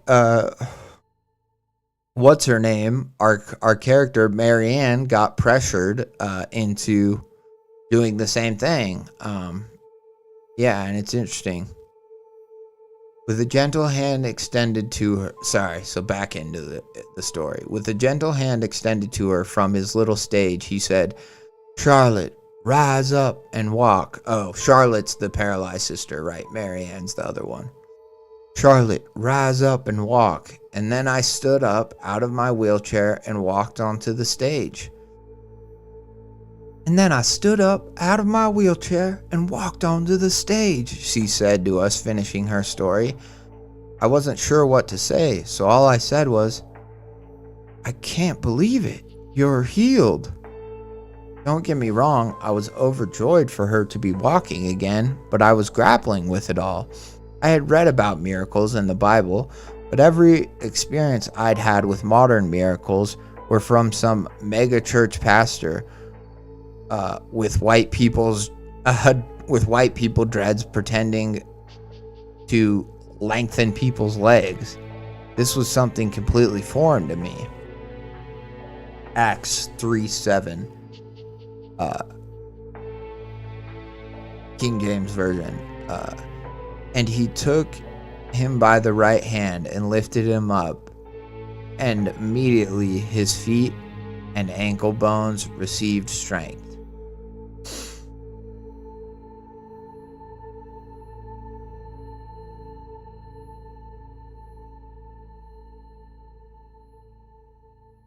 During that week, the whole town was buzzing with news. Everyone from the faithful to the non-faithful were now suddenly interested in the little tent church. I did my visitations with one of our shut-ins, an old man named Isaiah, when Brother Bill became the topic of discussion. Interesting. So now we're getting somebody else's perspective, maybe somebody who has kind of given up, or maybe they have some other sort of ailment. This is fun. Again, this is just a very it's supernatural, but it's not, you know, it's the type of supernatural that people hesitate to just be like, well, that's fiction, right? Because you hear about these things where they're like, so and so had cancer and the tumors disappeared, you know, something like that, where, you know, it's supposed to be impossible, or somebody walked again who was never supposed to walk, you know, stuff like that, where you're like, ah, damn, you know, it's crazy. So you hear about these things happening in real life, right? And so they're not just straight up fiction. Obviously, this story is fiction, but, you know, some people, especially religious people, will hesitate to just be like, well, it's, you know, it's all just fake, or it's impossible. You know, plenty of people are like, oh, a lot of it's fake or whatever, but they leave that little slice open for miracles and for things that just are beyond our understanding. Well, within that little slice that a lot of people leave open in their minds, there's God, whatever, all, you know, all of that elements. But then there's also the devil, the, you know, maybe negative supernatural things, you know, that could exist. We don't know. And I like how grounded the story is staying in religion and in like the Christianity of the South, because it's just lending it all this really real texture that then I'm wondering how, as it gets more cult-like or whatever, I'm wondering how it's going to flip on its head. I already keyed in on, though, that they said that people at the church, because when you're speaking in tongues, it's going to make no sense to a regular person anyways, but it also says that people were speaking words that they didn't quite understand. So I'm wondering if, like, already the parishioners and people are, like, speaking Latin, and maybe they're, like, already summoning things outside of just, like, what Christians would say is, like, holy. Like, they're not talking about saints or angels. Maybe they're, you know, maybe they're doing some other extra curricular stuff that might not be, you know, might lean more towards witchcraft, or, you know what I mean? So that stuff. So it's very interesting. I'm going to take a quick break, go to the restroom. I'm sorry, we got plenty more of this story to go. But I am going to do that. And yeah, meanwhile, you guys enjoy Wendigoon talking about the oldest view. Like twice a week. And it's because the backstory, the setup, the payoff, everything revolving around the... Don't go anywhere. Giant is so well done. But again, I'm getting ahead of myself. Today, I want to talk about the oldest view and what makes it so special. We're going to start with a linear walkthrough of the series itself, and then from there move into analysis and trying to explain what all of it means. So most importantly, if I haven't talked you into the oldest view yet, I don't know what will. All I can say is if you haven't seen it yet, before you watch this video, it will be linked in the description. Go watch it, enjoy it for yourself. Don't let me rob you of your first experience. The series has received a lot of praise, and rightfully so. Even people who have no idea what any of it means know that there's something moving behind the curtain. And I, for one, can't wait to talk about it. My only public relationship with the oldest view is the several million views worth of videos of me screaming and whimpering like a child in front of a live audience. And I can never fix that, but hopefully this blurs that at least a little bit, but probably not. But yeah, hopefully here I can do something at least a little bit thought-provoking to add to the pile of me crying. So do with that what you will, and also do what you will with the new merch. For the summer, I once again partnered with Juniper to come out with a new t-shirt design, and they informed me that I say the phrase "do what you will" a lot, which I thought was a thing that a lot of people said, but it turns out they don't. So anyway, it's on a t-shirt now. Not only, as with any of Juniper's designs, the guys who have done my previous merch, is the design incredibly comfortable, and the print itself is actual stitching that is raised above the lining of the shirt, but check out the back. That is right, a super cool, once again, raised stitching of the logo with text that says things like under the iceberg and looks like I'm really punk and an adult, while once again we talk about me crying over a cardboard statue. I, as well as many, have come to the Earth was uploaded on May the 15th of 2023. The video opens with us once again looking up at a canopy of trees. However, as we're looking up, the sound of what seems to be a rolling wheel is heard. Quickly, the camera cuts to someone named Wyatt going on a vlogged adventure. Wyatt, who is voiced by Kane Pixels himself, says that he has found something interesting on a park just outside of town. Wyatt doesn't give us a specific location, as he says this is far into private property and he doesn't want to get into trouble. However, he found something strange while out on a walk and can't help but show other people. He gets to the top of a hillside, and underneath the shade of a large tree, there seems to be a hole in the ground. This hole gives way to a massive tunnel. This tunnel seems to be some kind of staircase that drops straight down into the earth. This was all special effects. I don't even know how you start to learn to do this. Wyatt steps into the tunnel, imagining that it must connect to some kind of bunker or storage system. He makes the interesting note as he steps into the tunnel that it seems as if the staircase used to go higher, but was seemingly cut off into the ground above. Wyatt points out a couple of anomalies regarding the staircase, other than, the fact that it exists in the first place. For one, it's in the middle of nowhere, and two, the lights being on imply that someone is still using this facility. Despite a lot of rain over the past several days, as Wyatt mentions, there seems to be no rainwater in the staircase, which again doesn't make sense because there's just a giant hole where the top of the staircase used to be. Wyatt ventures down the staircase, and when he gets to a breaking point, he turns to his left to see that the staircase just continues even further down. Wyatt also makes another interesting point that it seems that the block incisions into the rock on either side of the staircase implies that rooms either once existed there or were designed to be added on later. Again, pointing to the idea that he may be in some kind of megastructure, or at least something that was once intended to be that. Eventually, Wyatt gets to the bottom of the staircase and comes across a large, black, wooden door. A lot of the horror in the oldest view is very understated and subtle, but there's a few moments like this that really capitalize on it. The picture of the door, the way it pans up, the way it's shot, the way it breaks pace from everything we've seen up until then in Wyatt's journey, it feels like we're watching a crime scene investigation. It gives a sense of gravity of something uncanny in a world of uncanny that we've already stepped into. Wyatt steps through the black door, only to find that it leads to some kind of derelict shower.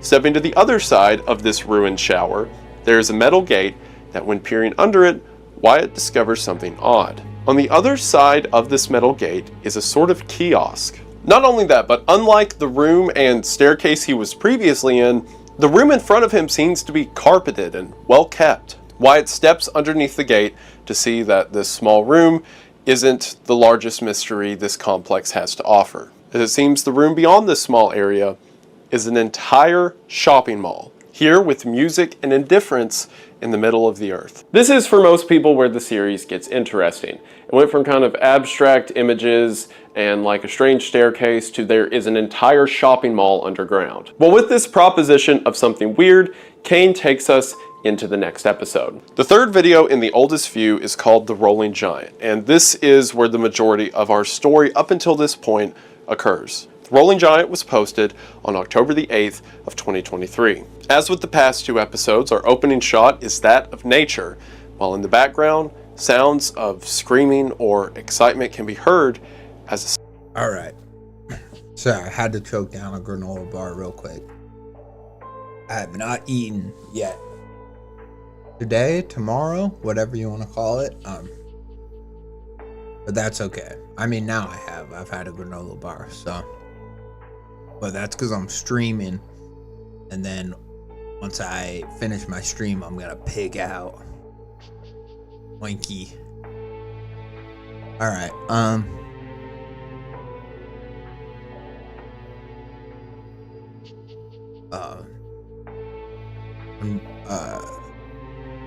I did my visitations with one of our shut-ins, an old man named Isaiah, when Brother Bill became the topic of discussion.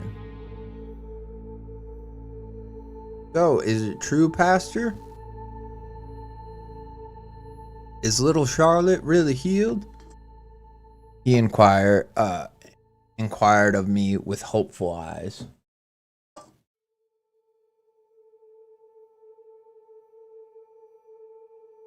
She's out of her chair and walking again, Mr. Isaiah. For some reason, I just couldn't bring myself to say she was healed. You know, I always thought that Brother Bill was a bit of a charlatan, but it seems to be a sign from the Lord. But this seems to be a sign from the Lord, he questioned with the biggest grin I'd ever seen. I nodded, unsure, and we talked for a while longer, and we read the scriptures together like we'd become accustomed to. The wisdom that came from the mouth of this older brother often taught me more than I could teach him. It was such a shame that this lovely old man was cooped up in this little shack of a house. I helped him get up out of his hospital bed to go to the restroom a few times, brought in the groceries I always brought for him, and prayed with him. Then it was time to go to the next house.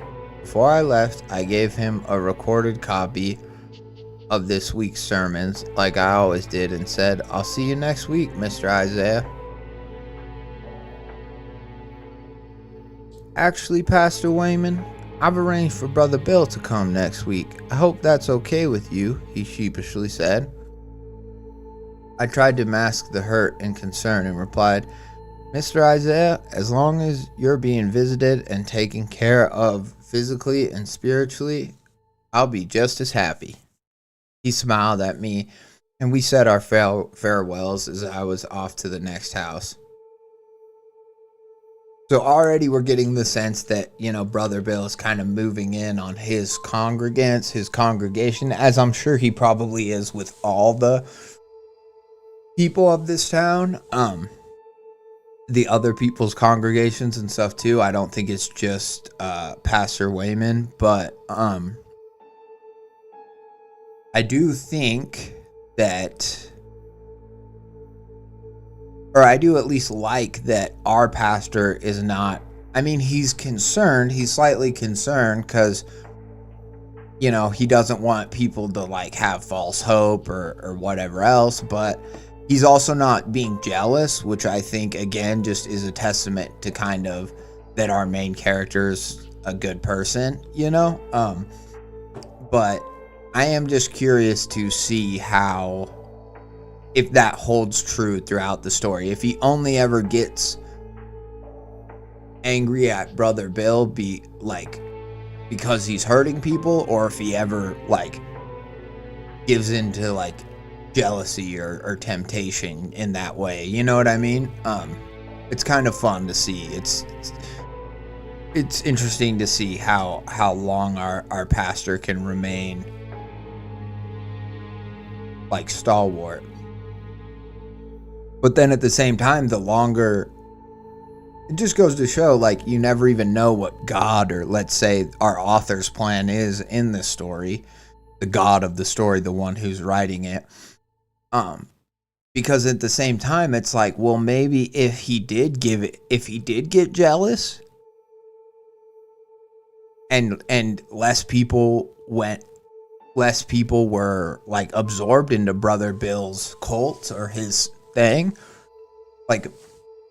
maybe if he was jealous, maybe he could have saved some people, so it never go, it's just an interesting thing to think about, because it's oh, well, that's a sin, you shouldn't be mad just because people found a different church, but then at the same time, if that church is not what it appears to be, and it is leading people down a road that is ultimately going to be destructive towards them, then it's okay, well, fuck, maybe I should have fought a little harder, or maybe I shouldn't have just not visited Mr. Isaiah, but instead, said, well, I'm gonna come back anyways, and been a little bit more of a not just laid down for Brother Bill, so to speak. You know what I mean? It's an interesting dynamic. I'm really enjoying it.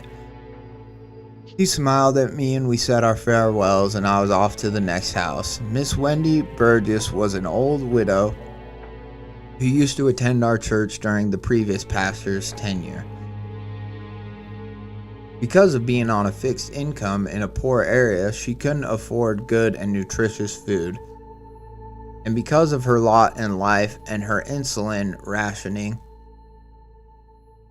she had to have her leg amputated.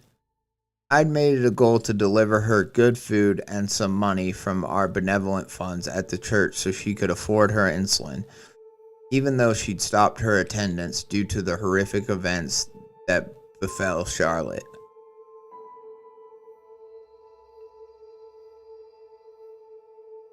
So that is funny because I wasn't quite 100% sure. Our pastor, Pastor Wayman, did inherit this church from a guy who literally almost killed one of his parishioners in a drunk driving accident, which, you know, pastors are not above, you know, they're people just like anyone else, but I'm just saying, like, even more of an uphill battle. And it just goes to show that, like, the fact that he's like trying this hard and he's, you know, it goes to show his character, but also, like, I'm not surprised that he's not a pastor anymore after going and having to take over a church that the last pastor literally left in disgrace so horribly. It's like you really had an uphill battle, my dude. So, you know, I'm not surprised. I decided to show her that our church hadn't given up on her. It was quite the challenge, being as she didn't know me from Adam. But I was just trying to be a faithful shepherd to the flock God had given me.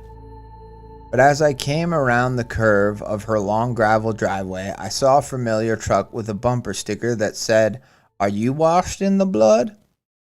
It was Brother Bill's truck. Something in me changed. Before, whenever I saw Brother Bill, I'd just say hello and goodbye as we walk past each other and throw out the obligatory invite to our Bible study. Nothing deeper, just common decency. This time, there was a twinge of fear almost. I was certainly anxious about whatever conversation might get struck up between us. I almost decided to back up out of Miss Burgess's driveway when he came out. He was just grinning from ear to ear as he flagged me down. "Good morning, Pastor. And ain't it the finest morning you've ever seen?" he said to me as I stepped out of my beater truck. "I certainly don't have anything to complain about, Pastor," I replied in that fake saccharine voice I'd learned to put on in uncomfortable situations. A gentle summer's breeze came over the mountain. I shifted uncomfortably from foot to foot on Mrs. Burgess's gravel driveway, looking for any way to not continue this conversation, but Brother Bill wasn't having any of that. He had command over this conversation, and he was looking to keep it going. "Come now, Pastor. You know by now I don't like being called that," he chuckled. "Just go ahead and call me Brother Bill." I smiled and nodded awkwardly and said, "How's Mrs. Burgess doing?" I know she was struggling to kick that chest cold of hers. He smiled as he came within arm's reach of me, placing a kind but overbearing hand on my shoulder. "She's still in rough shape, but I told her to come down to the tent this coming Sunday evening. I'll take good care of her." "Well, Bill," I began, but was cut off. "Brother Bill," he said with a firm look. "Brother Bill, I'm just gonna head in and see her, if you don't mind." With his eyes locked so solidly on mine, he said, "I don't think that's a good idea. She's resting now. You ought to just head on home now. Have a blessed day, Pastor Wayman. Then he smiled, started up his truck, and left.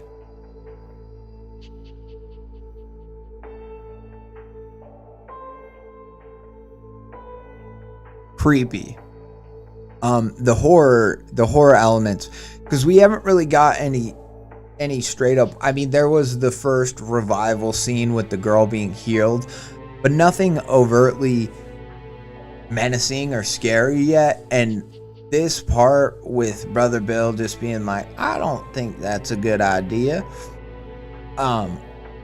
Very good. I like it. And typically, like, I don't like when like a silent monster is like smiling, like the smiling ones, sort of a thing. But to have this sort of maybe a bit of a con man, pastor, preacher, sort of a character, Brother Bill, be just like overly smiley and joyful, like, it works for me. It works for the character and the creepiness. And I would not trust this guy as far as I could throw him. You know what I mean? From the limited interactions our main character has had with him. And I know the story's setting it up for me to feel that way, but it's doing a very good job, Just as quickly as he went around the curve and was out of sight, I ran over to her door and went in to check on her. When I opened her door, I saw her. She was on the ground, writhing and wriggling as though she was having a violent seizure. There was slightly jaundiced and viscous foam coming out of the corners of her mouth. Oh God, where her leg was amputated, below the knee, there was a thick puddle of green pus mingled with brown blood. I ran over and knelt down beside her and yelled out to her, "Oh Jesus, Miss Burgess, can you hear me?" She halted her convulsions just for a moment and began to babble what sounded like nonsense. Her voice then cleared and she spoke. "I can see it, Pastor. Oh God, I can see it," she exclaimed with shouts of adoration. "What? What do you see?" I pleaded with her. The Shekinah of the Lord. Oh, Pastor, it's beautiful. I saw the fire of the Spirit engulf him from foot to head. She wept and went straight back to babble and her convulsions. I bolted over to her phone she kept by her rocking chair and called the ambulance. I went back and knelt beside her while we waited for them to arrive. It felt like hours, but in reality it took them a mere 10 minutes to get from the hospital to her home on the mountain.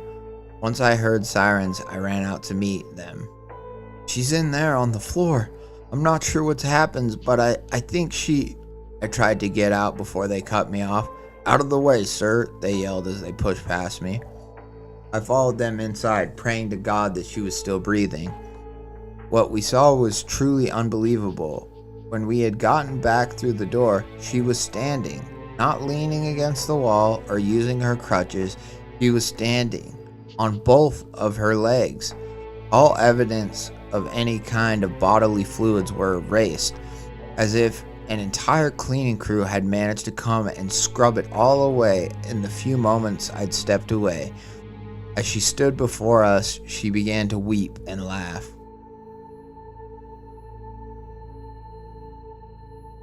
She threw her hands in the air and cried, "Thank you, Jesus. He truly is your messenger."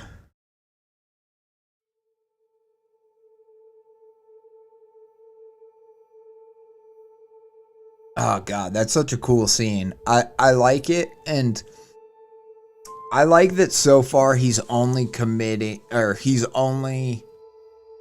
Brother Bill is only, from what we can tell, doing good things. I mean, sure, it's scary to see her convulse on the ground or whatever, and I think our pastor had every right to like call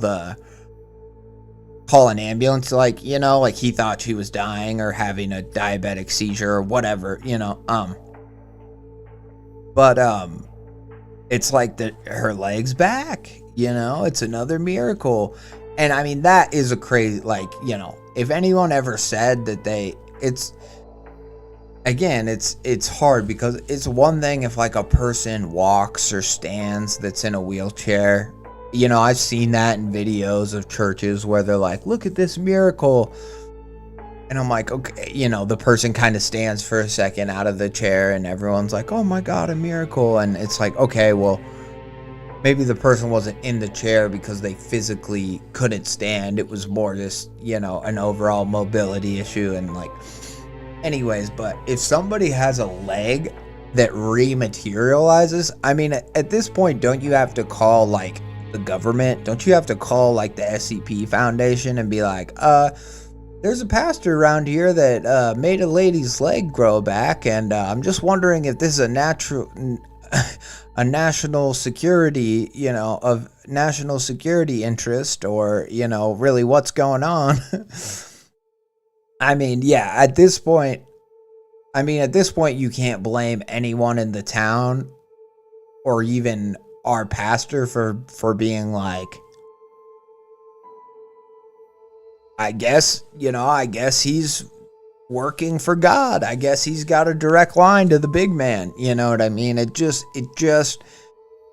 and that's what's kind of so fun about it, right? Is it's not like he's got a freaking pentagram tattoo on the back of his neck that he hides, or, you know, it's nothing really overt like that.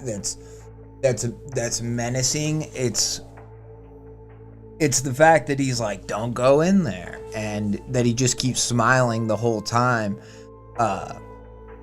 you know, and all kind of that kind of stuff that really, yeah, is just foreboding. If Charlotte's legs working had the town abuzz, Mrs. Burgess' leg growing back had the whole town burning with excitement. Everywhere I went, all I could hear was chatter about Charlotte and Mrs. Burgess.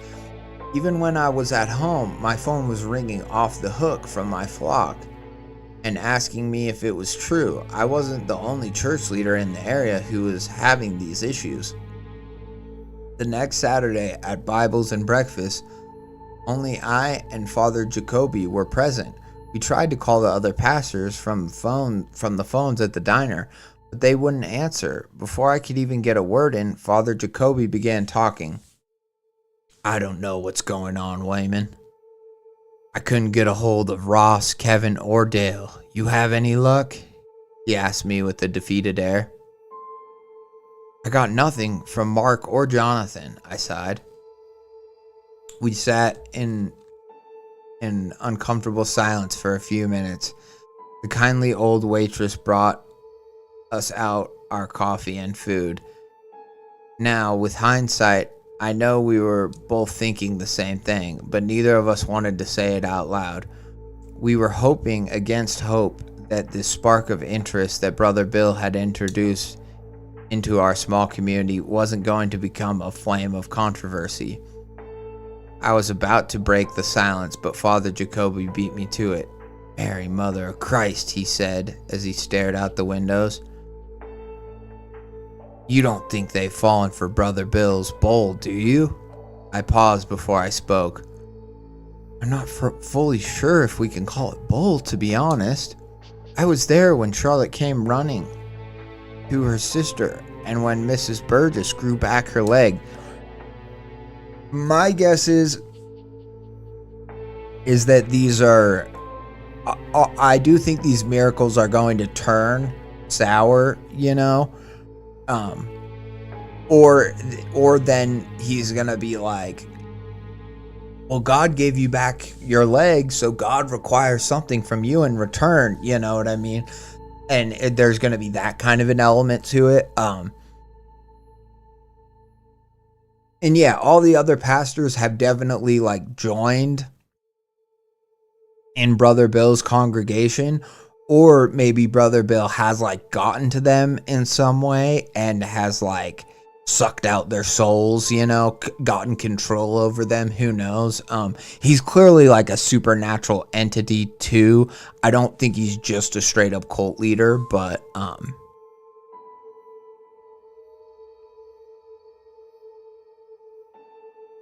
yeah, Danny says it's clear he has a level of skepticism. You don't immediately assume it's something divine. I've seen people have broken arms and church folk try to pray it away. So props to him, because some don't even question it. Yeah, for real. Yeah, he's being very logically minded about this whole thing. Yeah, not shitting on it, just talking about lived experience. No, for sure. I didn't think you were. No, there's plenty of people that like, they see a church where they have like a video, or they have a thing, like, or they see it in front of their eyes where they're like, the church is doing a healing thing, and the person in a wheelchair stands up for a second, and there's people that are like, she's healed, praise Jesus, and like no one even questions like, okay, well, could they just stand up for a second, and they were always able to do that, and they're still living in a wheelchair? Like, is there, you know,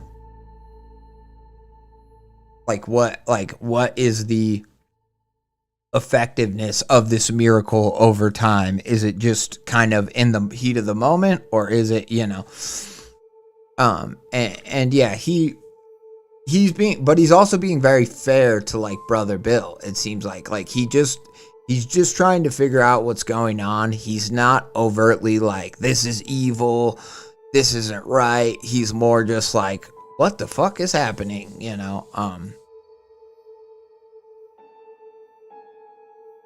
We could call it bull, to be honest. I was there when Charlotte came running to her sister, and when Mrs. Burgess grew her leg back. Father Jacoby began to grimly chuckle as he said, Wayman, I'm an old man. I've been dealing with those snake handlers since before you were in diapers.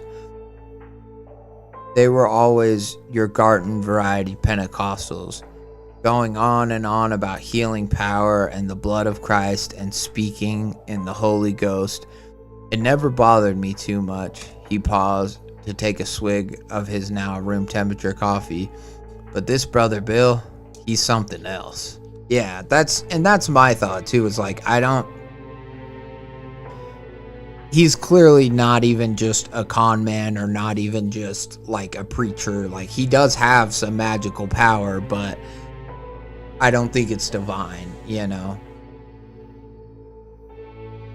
I don't know what to do here, I interjected. Clearly he's helped Charlotte and Mrs. Burgess, but I can't help but have a strange feeling about it. When the apostles did their miracles, it legitimized the message of the gospel. When Brother Bill does his acts... I faltered for a brief moment and then continues, just doesn't feel holy. Father Jacoby and I picked at our food for a while longer, just trying to think of what to say to each other. Father Jacoby then broke the news to me. My parishioners haven't been... Okay, so Father Jacoby, right, is the Catholic. Okay, that makes sense. Yeah. My parishioners haven't been coming to Mass. We were always the minority here. Being Catholic in the middle of nowhere in the Bible Belt ain't exactly a walk in the park. Because of that, we were tight-knit. So it was rare for any of my congregants to miss daily Mass. He began to tear up a little as he carried on with what felt like a closing statement in a devastating court case. All this week, not a single member showed, not one. When I saw one of them at Walmart, I'd ask where she'd been, and guess where she told me she was. A piece of me wanted to assure him that could mean anything, but I think even then I knew that they were lost. He went on to tell me about how he told the bishop of the Wheeling Charleston diocese all about our little town's problem. The bishop had told him to shutter the church for the time being and to go and enjoy retirement. I'm leaving, Wayman. The diocese is sending someone to investigate the situation and evaluate what they ought to do. His voice shook as he spoke. I will miss this place, but I must go. We continued our meal that had gone as cold as our mood when I noticed people running by the windows. Their voices were frantic and full of confusion. I caught bits and pieces of what they were saying and deduced that a boy in the parking lot had been hurt. Father Jacoby and I also jumped up to help when a woman poked her head in. "Call an ambulance!" she shrieked as she quickly ran back outside. Father Jacoby ran to the phone and I ran outside to see what was going on. When I arrived on the scene, I saw the boy laughing on the ground in a pool of his own bile. On his leg there was a large red welt that had formed, and in the center 2 small punctures. Oh shit, a snake bite? Or did he... Okay, yeah. The boy had been bitten by a snake of some kind. The crowd that had formed around him were all talking and screaming over each other, terrified over what was about to happen. Then I saw him. Brother Bill, who had made his way to the center of the crowd beside the boy, held up the copperhead in his hand. I watched as the snake struck his hand over and over, injecting its horrendous venom into the man. Then he spoke. "Brothers and sisters, fear not. This serpent who seeks to kill this poor boy will never harm anyone ever again." He had a wild ferocity in his voice. "Stretch out your hands, brothers and sisters. Kneel down and pray for him." Everyone around began to kneel around the boy and Brother Bill. With his hand outstretched, speaking in tongues, they shouted glories and adoration upon Brother Bill. Everywhere I turned, the people of our town knelt down in submission to this man. "Why aren't you helping?" "We need to help the boy," I shrieked, trying to knock some sense into them. Brother Bill locked eyes with me and pointed at me and spoke. "Wayman, you claim to be a leader in the faith? Oh, ye of little faith, behold, I shall make him whole." He then grabbed the boy by the neck with the hand that still had the copperhead embedded in it and raised him up. The boy began to convulse. Foam and vomit poured from his mouth. The fang marks on his leg oozed a translucent yellow liquid. As his welt began to shrink, the crowd around me began to sway and rock, their cries of glory and prayers of Babel growing louder and louder. They grabbed onto me, trying to pull me down to my knees. Their eyes were wild with rage, all directed at me. I fought them. I stayed my ground. Just when I thought my muscles would snap and my bones would break, Brother Bill spoke again.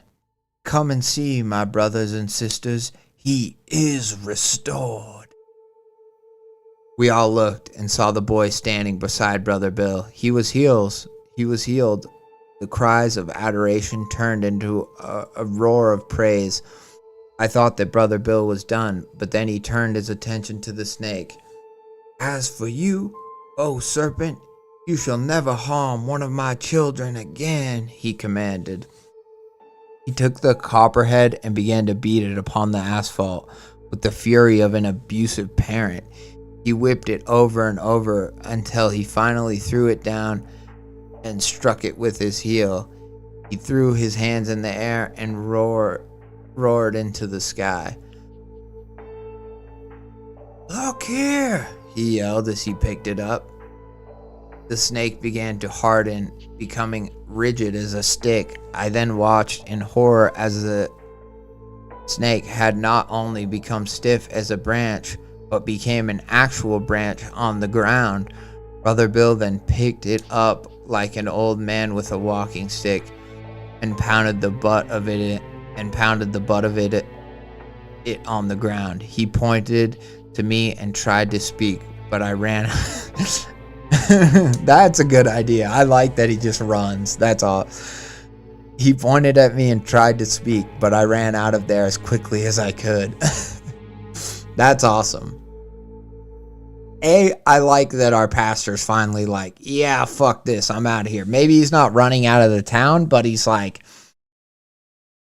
I'm not going to stay for this guy to like command his followers to like, he has a little faith, smite him, smite him in the name of the Lord, sort of a thing. Like, I think definitely smart move to get the hell out of there.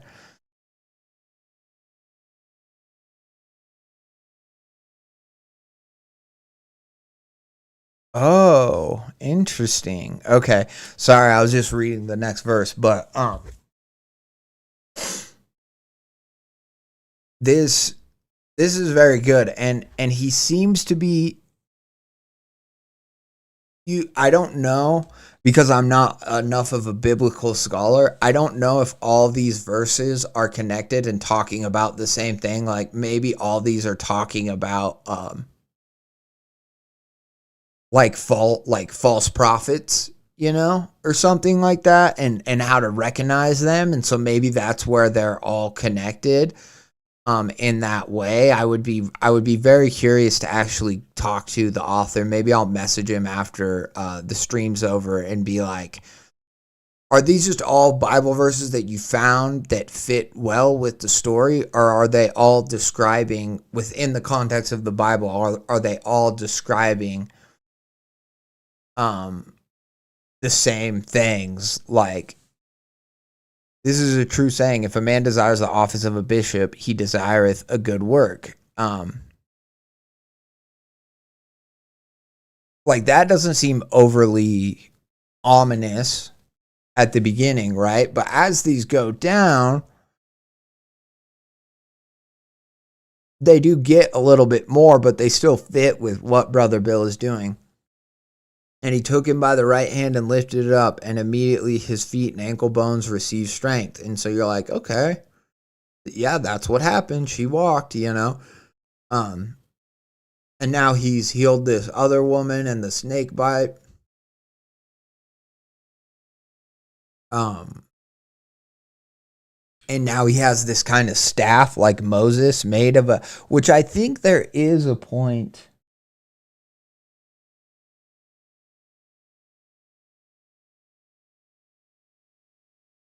I don't remember maybe it's just in one of those movies like The Prince of Egypt or whatever, but I seem to remember something, and so it might not be from the Bible directly, but I seem to remember like either in Prince of Egypt or those other animated musical movies. Both are really good, by the way.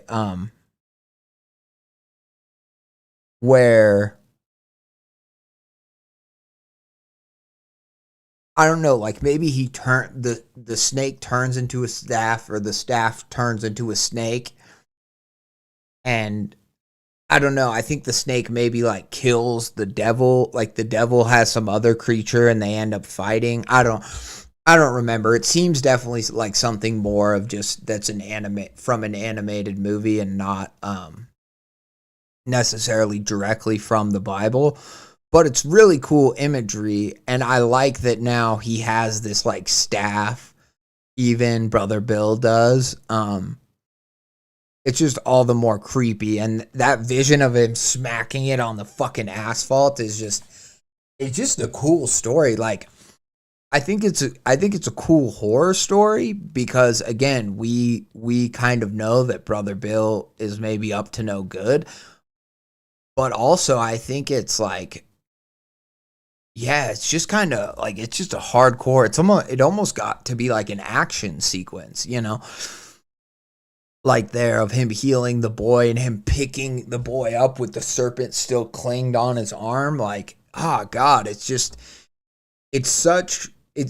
very like simple imagery. Like he's not being overly wordy describing it. Our author isn't, but it's just the actual, like the imagination of what is happening. Like the image of that's enough. He doesn't need to be like, and the blood dribbled down, sinuously, but, like using like all these big words and stuff. Like he's using the words that he needs, but he's not being like overly like Lovecraft, like not Lovecraftian, but like Lovecraft about it, where it's like, the crimson dark peered over the blot, like all that stuff.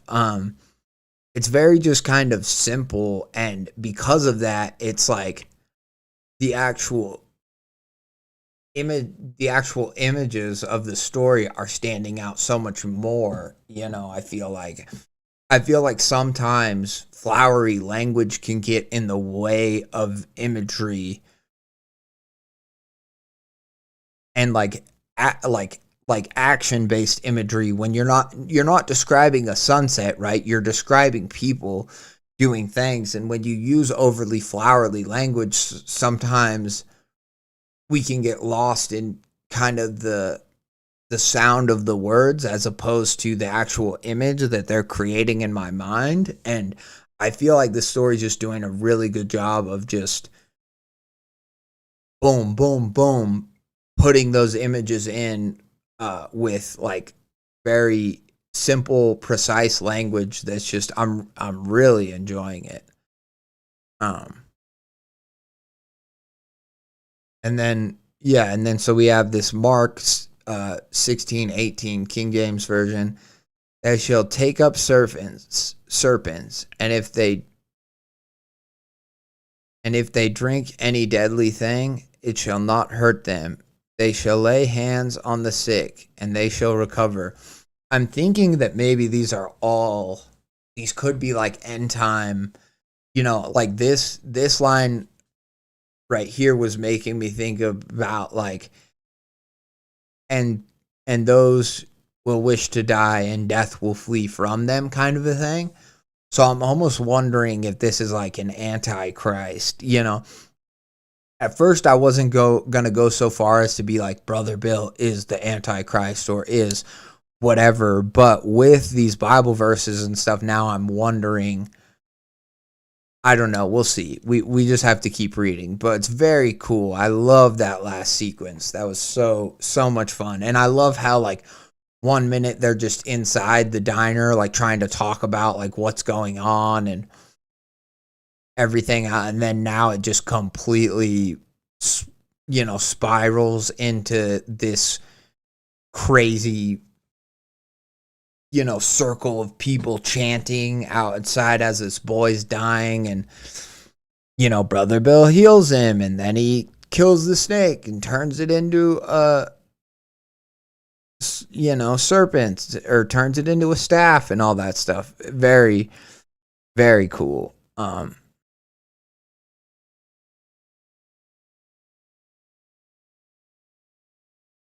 Oh, yeah. It is from the story of Moses. The Egyptians were taunting God, and God gave him a staff that turned into a snake, and the snake ate their snake, and then he grabbed it and turned it back into a staff. Right. Yeah, thank you, Danny. Because I remember seeing that as a kid in the Prince of Egypt, right? Which is great if you're ever, honestly, of all other Bible-based media, I don't know, VeggieTales is kind of fun too, but of all the other Bible-based media, I think like the Prince of Egypt and like Joseph, King of Dreams, that's the other one. Both those really like are good. They're sick movies. Like I remember watching them as a kid and being like, these are badass, And like the part in Prince of Egypt, like, and it's dark. Because that story's dark, right? Like all the Holy Spirit and Passover and all the first horns of Egypt die and all that stuff. And like it doesn't really shy away, but it does a good job of, even though it's like somewhat of a kid's movie, they're good movies. I would, I would say watch them even if you're not religious, because they're pretty, like that part. I remember that scene where, like you said, the Egyptians are taunting him and the snake, yeah, and then he does his snake and it eats the other snake. Yeah, that's so badass. I remember that. I didn't stop running until I made it back to my parsonage. Sorry.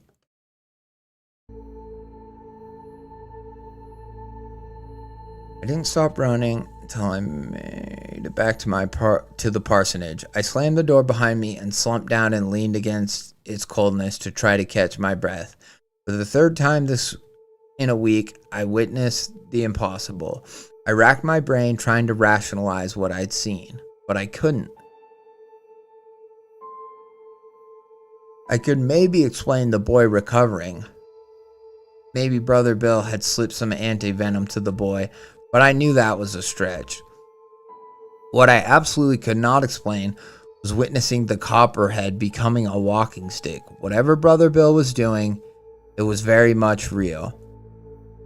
Then the way he looked at me, full of hate, defiance, and triumph, as though he'd won some kind of fight that I was unaware of. I decided that I had to get out and drive as far away as I could. Great idea. Although I think you're too late. I think you're going to get kidnapped. I grabbed a duffel bag and began to pack. I didn't have much time, so I was just going to pack the essentials. Just as I was finished packing, I heard my phone ringing in the kitchen. I didn't want to answer it, but my mind immediately went to my congregation. How could I have been so selfish to forget about them? Surely not all of them had fallen victim to Brother Bill's foolishness. That's when I resolved that I was going to stay one more night. I would warn them about Brother Bill and implore them to get out of town for a while, stay with family, or go get a motel, anything other than staying. I had no idea what was going to happen, but I knew it wasn't going to be anything good. The ringing phone snapped me out of my spiraling thoughts, and I went over to answer it. "Hello?" I nervously said into the receiver. "Oh, thank Gabriel. It's Sebastian. I saw you hightail it out of there. Is everything okay?" It's Sebastian Jacoby, okay. Father Jacoby quickly asked. I have no idea. Tomorrow, I'm going to warn my congregants about Brother Bill and leave," I explained. I waited for a response, but Father Jacoby had gone silent. Father Jacoby? Nothing. Sebastian? No response. I was about to ask again when someone spoke to me through the phone. "Sorry, Pastor Wayman. Father can't come to the phone right now. Leave a message after the beep." Then Brother Bill made a beeping sound into the phone and hung up. Oh, so creepy. I love it. At this point, you have to leave, right? Because now, like, you have to assume Brother Bill's calling from the house, and now, I mean, I respect that he wants to stay to help his congregation, to warn them, but, I mean, it's plain as day. I understand that he's been healing people and whatever, but it seems to me that it's like, you just gotta try to survive at this point. And sure, like, what I would just do is like run over to my neighbor's house or anybody nearby, and I would just be like, spread the word. Brother Bill is not who he appears to be. If these miracles are really by God, then why does Brother Bill claim all the glory, or something like that? Just like leave a little seed of like doubt to just plant, and then just get out of there, because yeah, otherwise you're just gonna end up being a sacrifice in his holy war or whatever. I knew that. Okay, cool. So that's what he says. I knew then it was time to go. I grabbed what I had packed, threw it in the passenger side of my truck, and started driving as fast as I could to put as much asphalt between me and my little town as possible. But as I was driving, I noticed something odd. No one else was on the roads. I slowed down so I could look into the parking lots to see if anyone was there. I was the only person out on a Saturday evening. I then realized where everyone was. They were at Brother Bill's tent. I had made my way to the town border, and I had a choice to make. To this day, I'm still not sure if I made the correct choice. The sun had just set as I drove down into the valley. The field of dew-kissed grass that surrounded the enormous white pole tent was full of cars and trucks, bikes and wagons. Even with my doors closed, I could hear the deluge of voices speaking in tongues, yelling glories and praises, the general sounds of the crowds. I parked the truck and opened my door. Before I walked up, I stuffed the tire iron into my pants, just in case. My heads began to turn towards me as I made my trek toward the tent. Their faces of the masses were full of fear, joy, and grief all at the same time. Smiles stretched from ear to ear, eyes wild as a cornered animal in a hen house. Tears poured forth from those same eyes as water falls from a cliff into a river. They looked exhausted and hungry. The crowd, unable to cram themselves completely into the tent, began to part before me. I pressed on toward the tent with my heart thumping in my throat. "Need a hand, brother?" A familiar voice rang out to me. I turned to the voice and stuttered out, "Father Jacoby?" As a proud Catholic priest, Father Jacoby typically wore his cassock everywhere in town, but on that particular night he was wearing simple linen shirt and some bibs. His face was plastered with the same expression as every other soul in the crowd, but his eyes screamed to me that what he was doing was not of his own volition. "You're just in time for the service," he croaked out through his horrid grin.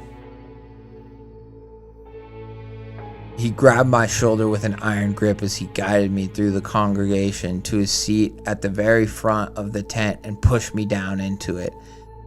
Then the worship band began to play. The fiddler played a long and mournful note on his strings, and the pianist started up a slow and familiar tune. The whole crowd sang in one discordant voice, "Are you washed in the blood of the Lamb?" I don't know the tune of that song, sorry, so I'm kind of just making it up, but are you the blood of the Lamb? By this point, I'd realized I'd made the wrong choice.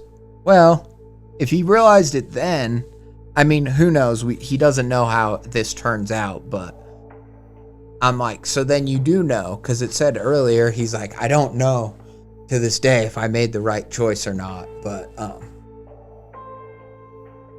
and I scanned the area looking for any route of egress. As I looked about me, I saw the faces of Marianne, Charlotte, Mrs. Burgess, Mr. Isaiah, and that boy who was bitten by the copperhead. They were all singing along with the rest of them. Then booming, thump, thump, thump, came from the small wooden stage, and I saw Brother Bill gripping his snakewood staff. The tent was silent as a crypt as he held up his hands and said, "Brothers and sisters, y'all know why we're here tonight. Y'all have seen what I can do for you, and now I have one last act to show y'all." He stretched out his hand toward Mrs. Burgess and said, "Come to me, sister, in a grave tone. Mrs. Burgess stood from somewhere in the audience and began to walk to him. All those around her touched her as she made her trek to the stage. Some touches seemed loving, others were tugs and pulls, almost as though they were begging her to stay where she was. As soon as she stepped foot on the stage, the crowd began to clap in unison and on the same beat. I looked to my right where Father Jacoby was sitting on the ground, and I asked him, "What happened to you? Are you okay?" He didn't respond. He just looked at me with that twisted expression that was shared by everyone. Whatever Brother Bill had done to him seemed to be irreversible. I turned my attention back to the stage, and Mrs. Burgess was kneeling before Brother Bill. "Wendy Burgess, do you love me more than money?" he asked her with a gentle smile. "Yes, brother." See, and now I do like it because it was more obscure in the beginning, but now there's no pretense. He's having them worship him, right? He's not saying like, "God through me did this for you." Yeah, he's not saying like, "Oh, they were washed in the blood," even although, they sang the washed in the blood of the lamb, but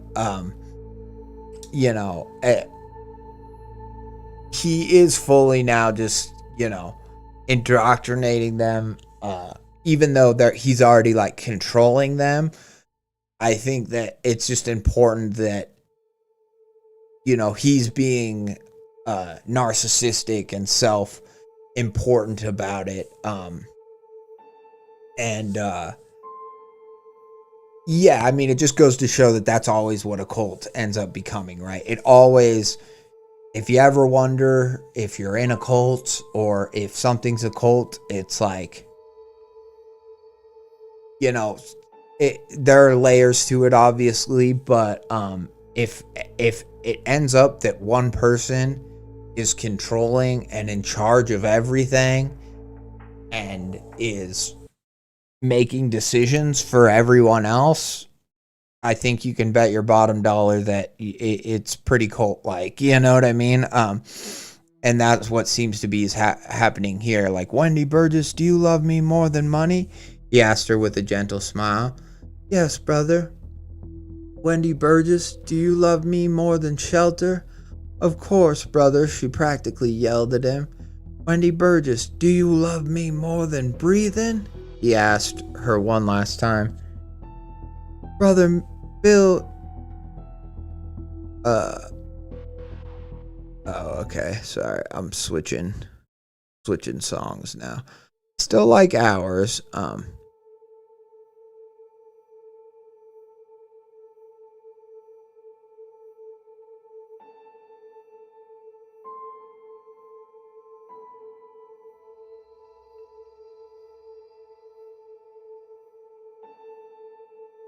"Brother Bill, you know this is true," she said as she grabbed the hem of his sweat-stained linen shirt.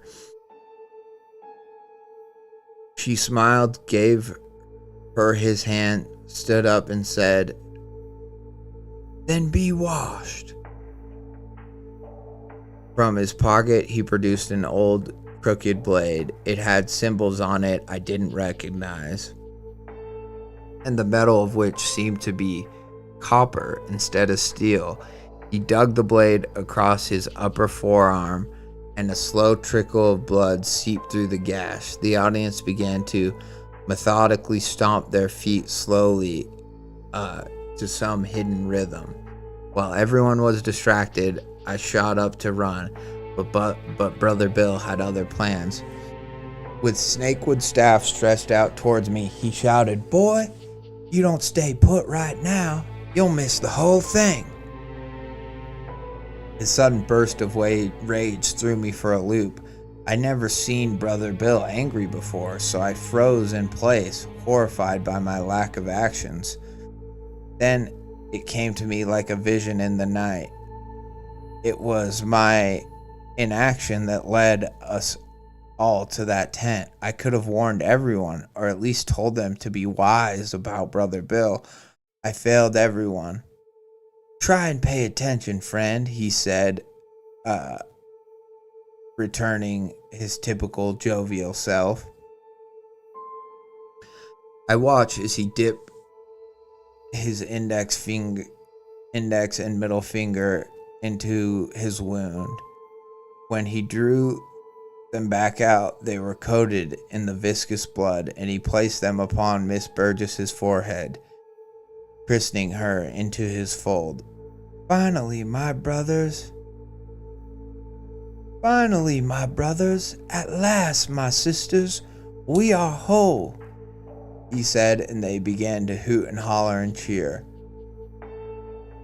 And now incline your ears for my final sermon. Then I will reveal to you my full glory. The fiddler struck up his fiddle again, a long, droning minor note to set the mood for him. In the old days, before I crossed that ocean, I was something of a pastor in my home country. That was indeed a long time ago now. He paused, remembering his good old days. People used to bring... He paused, remembering the good old days. People used to bring me their sick and their wounded. By the sweet power of the blood, I'd heal them, just like how I healed you. Amen? Amen, everyone called back in unison. Well, glory, hallelujah, and brethren, I'd even raise the dead, he screamed into the night as everyone around me shouted praise and accolades upon him. Back in my day, my children,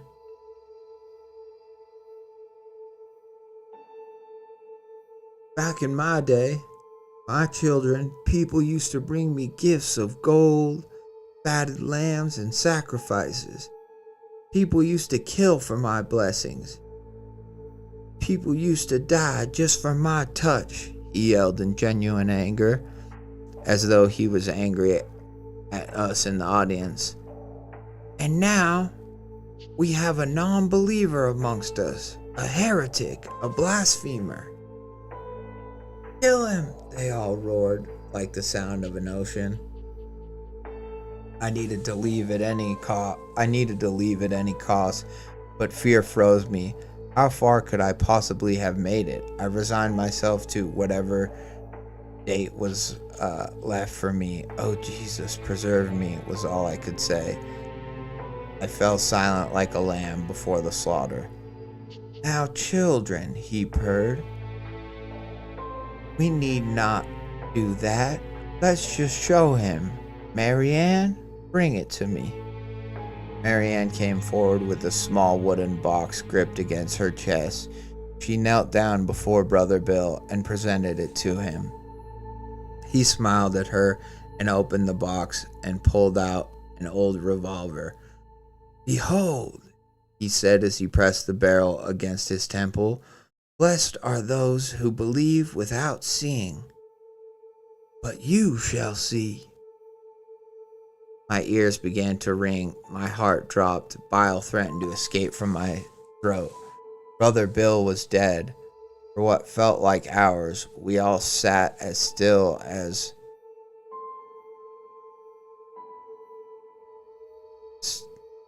and as cold as stone statues. His body lay limp in a pool of blood on his small, rickety stage. Then he stirred. The snakewood staff that had fallen beside him was once again in his grasp. He slowly rose, leaning heavily upon the staff. As he stood up straight, the entire crowd erupted in tongue speaking, glory shouting, and praise given to this man.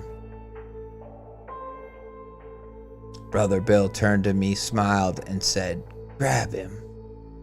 Father Jacoby went to grab me, but I grabbed my tire iron and struck him on the head. I ran to my truck, weeping the entire way.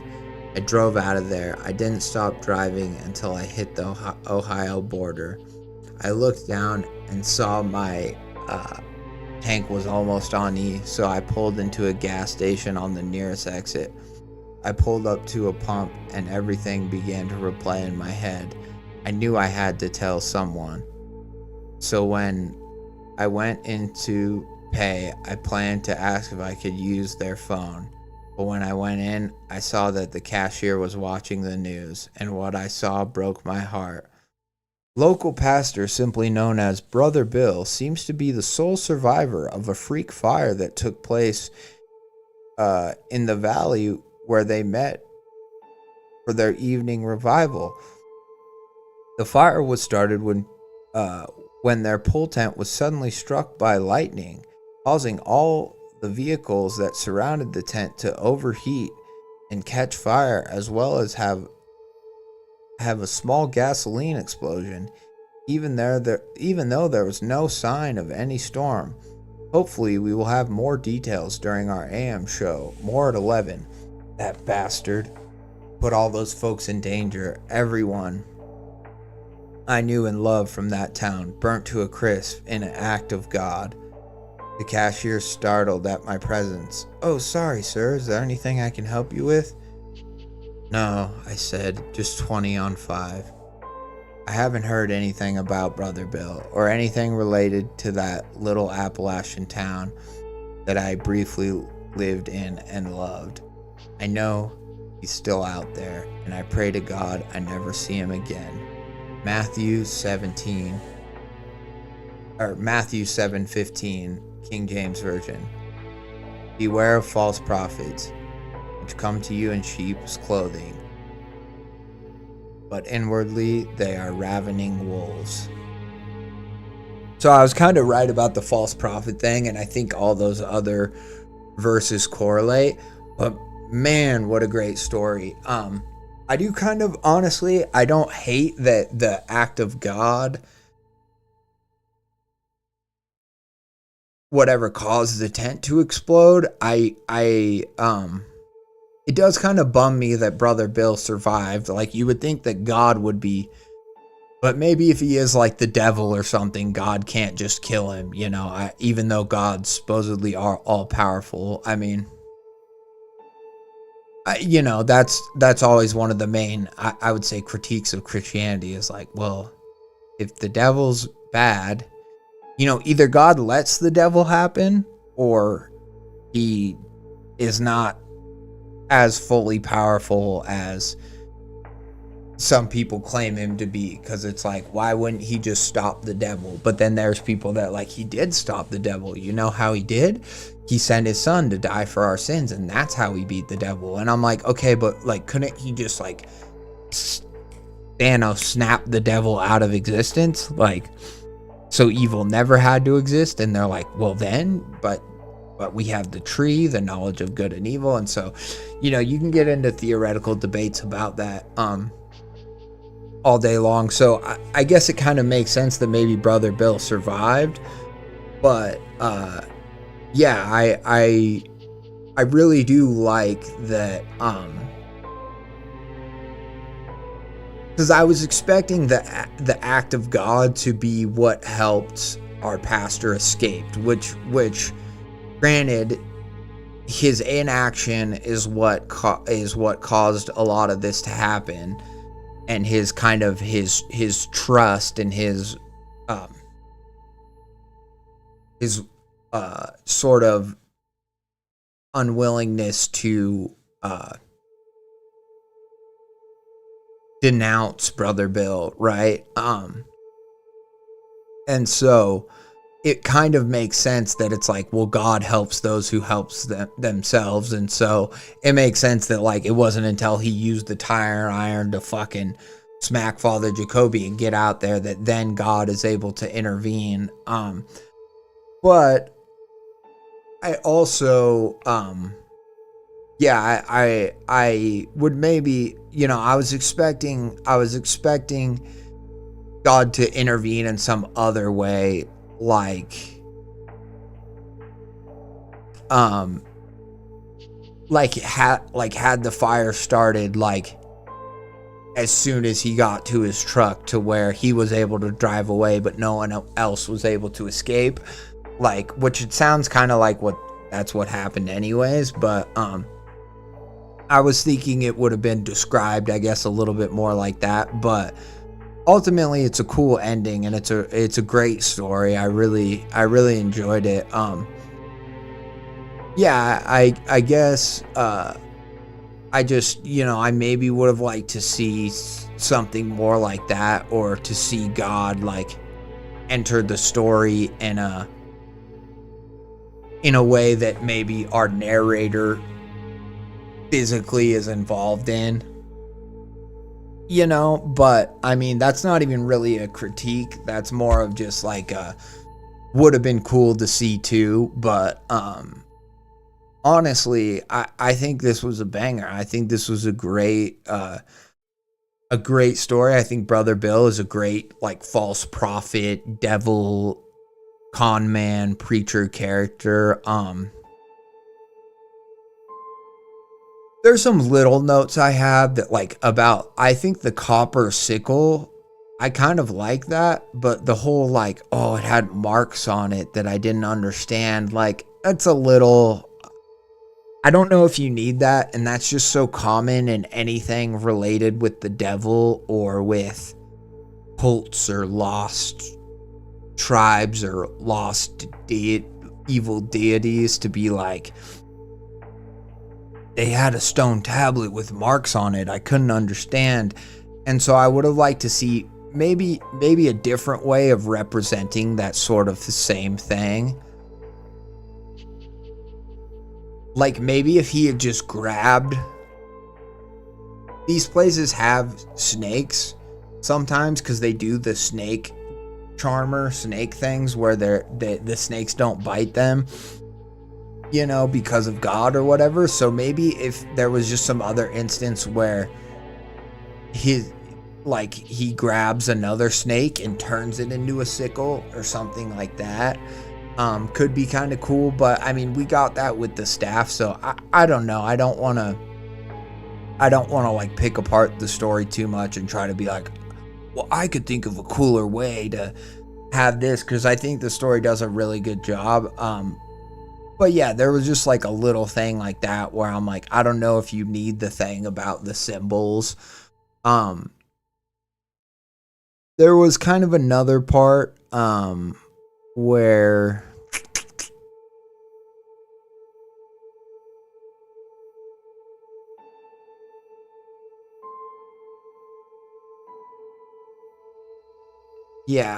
where back in my day, my children used to bring me gifts of gold, fatted lambs, and sacrifices. People used to kill for my blessing. People used to die just for my touch. And now we have a non-believer amongst us, a heretic, a blasphemer. Kill him, they all roared.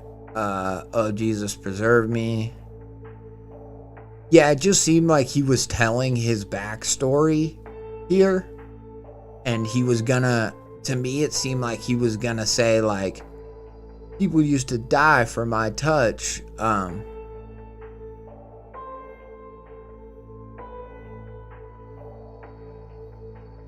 Like, I think maybe my issue with this part is maybe there needs to be a little bit more of a segue between people used to die for my touch, and now we have a non-believer amongst us, a heretic, a blasphemer.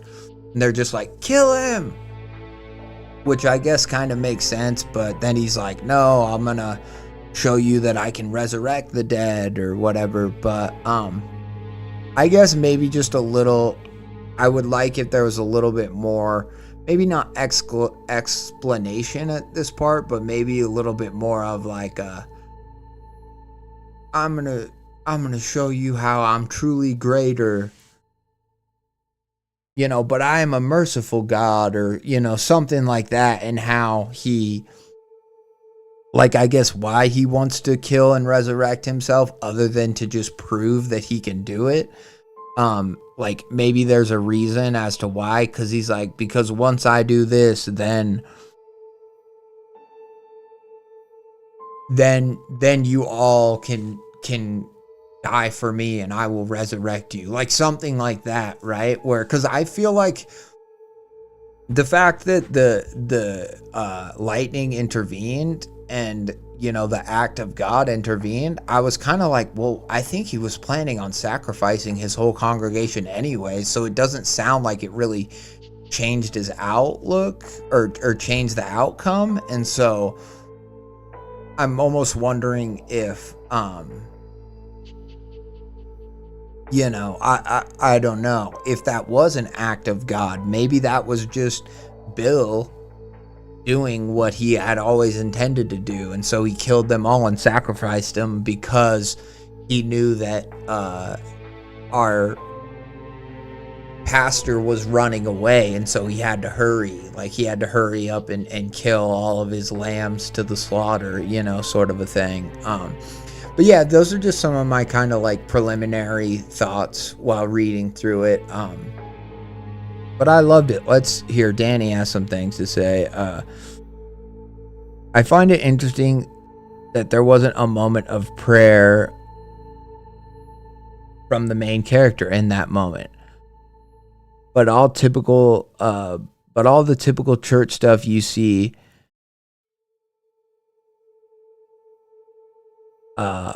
fall as a mockery of God, and the church on Bill's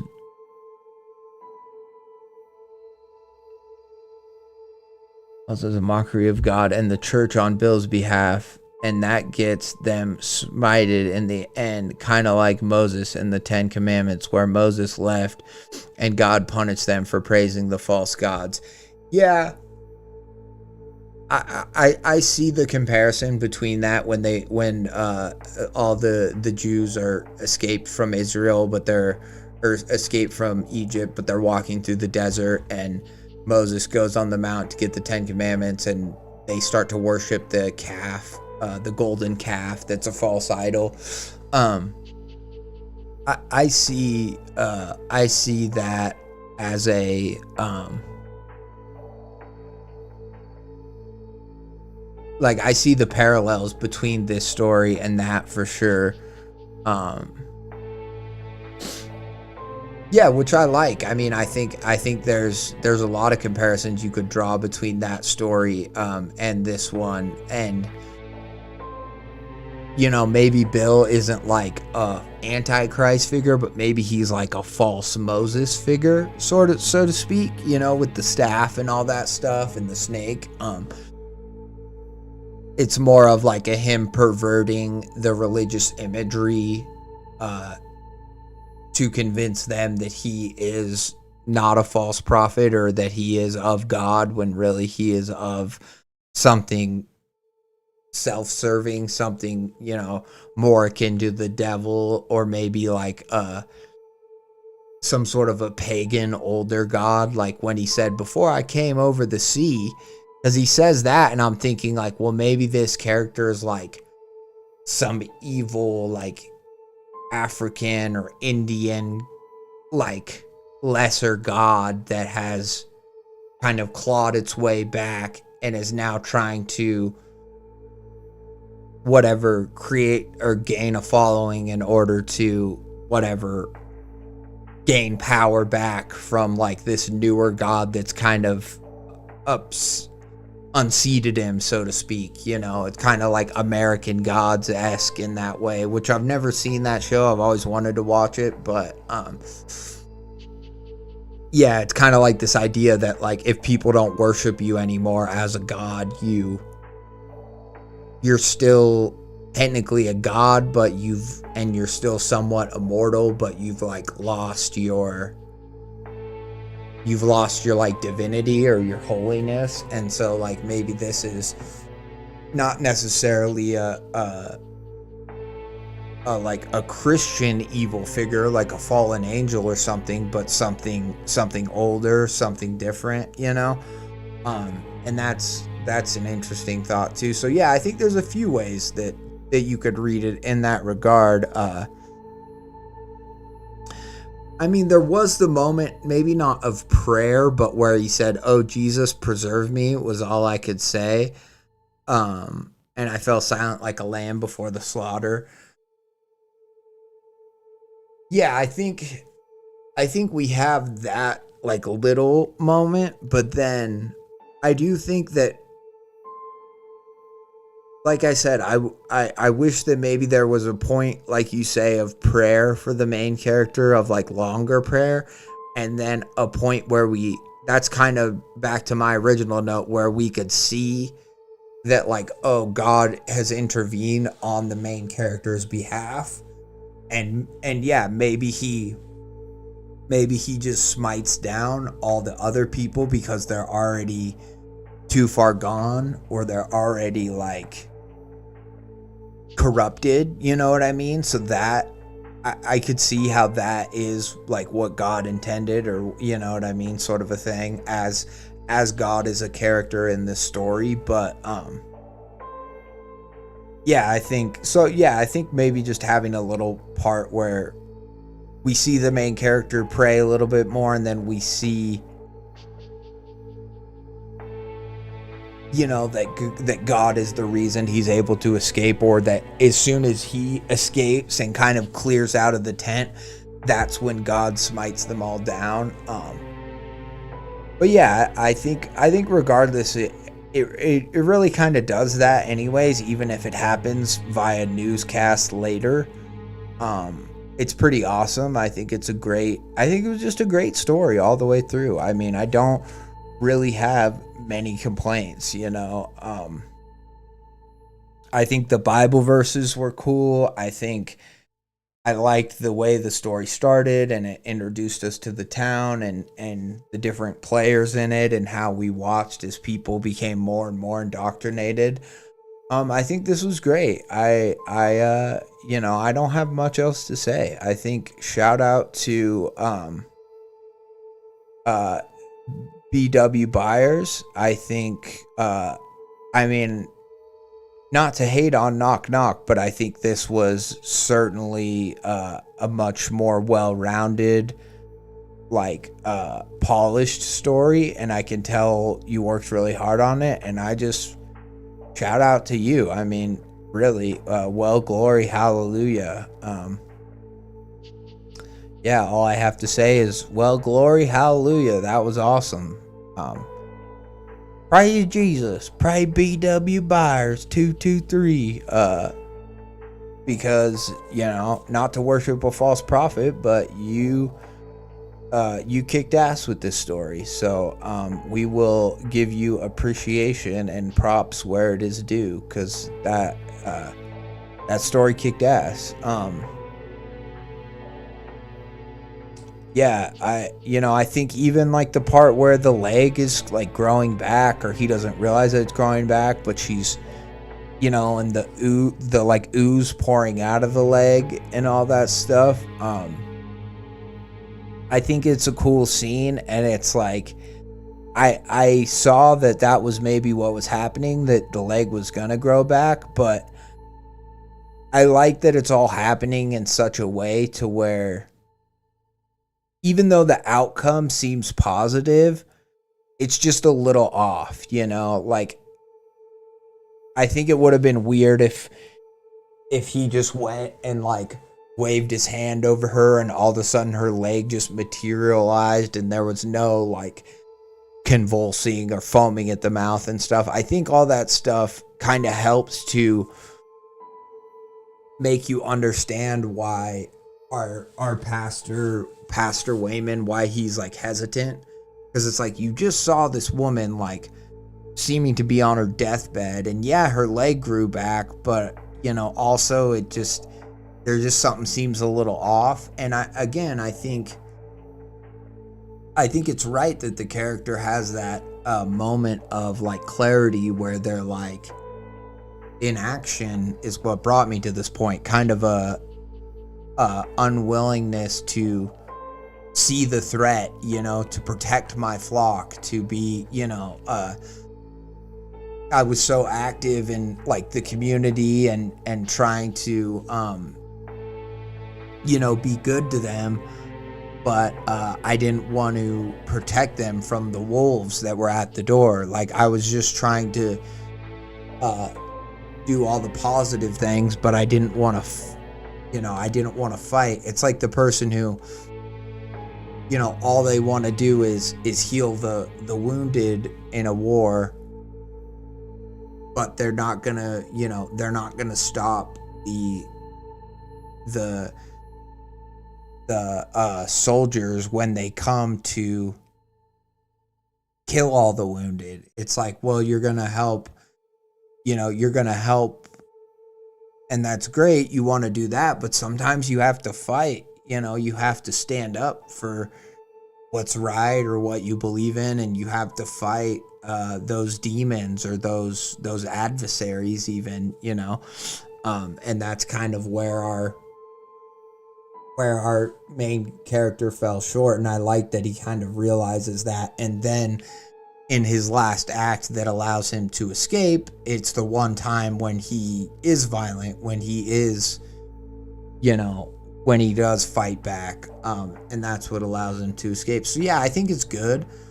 I think, I think it's good. I think even if he had to fight more of the turned people, the, what's it called, the cultists, the brainwashed cultists, like, I would even be fine with that. Like, I like that he just hits the one guy and runs, but I also think it could be cool too if he has to fight like a few of them off. Doesn't have to just be a one and done and I got out of there, because it did seem like he escaped kind of easily. That was kind of my other note about wanting to see God intervene in some type of way. It's like, he just hit the one guy and he ran out, and it's like, well, isn't there a guy who can turn snakes into wooden staffs and like control people with his mind or his voice, and so I was kind of, I just maybe the escape happened a little too quickly is maybe my other note for the story. But it's great. It is a great story, and yeah, shout out to BW Buyers, everyone. Give him all the love. Go. One thing I always try to recommend, sometimes I forget, but go where the ushers at. Yeah, where the ushers at. Exactly. There's always ushers in the back, and they would have stopped him. They would have kicked his ass. But yeah, go to BW Buyers. Go check out maybe some of his other stories. Looks like he's looking for other people to narrate and comment on his stories. He's looking for criticism. He asked for it on this story and stuff. So yeah, you can go follow. That's one thing that's really important that you can do on Reddit is you can follow these accounts and these writers, so if they post stuff, you can see it. And you can, go upvote his stories, check out. It looks like Well Glory Hallelujah might be his most recent one. It just came out. I mean, that story where we read it, it was 15 days old. So, but yeah, I mean, this is somebody else, it looks like, that's giving recognition to writers, which is cool.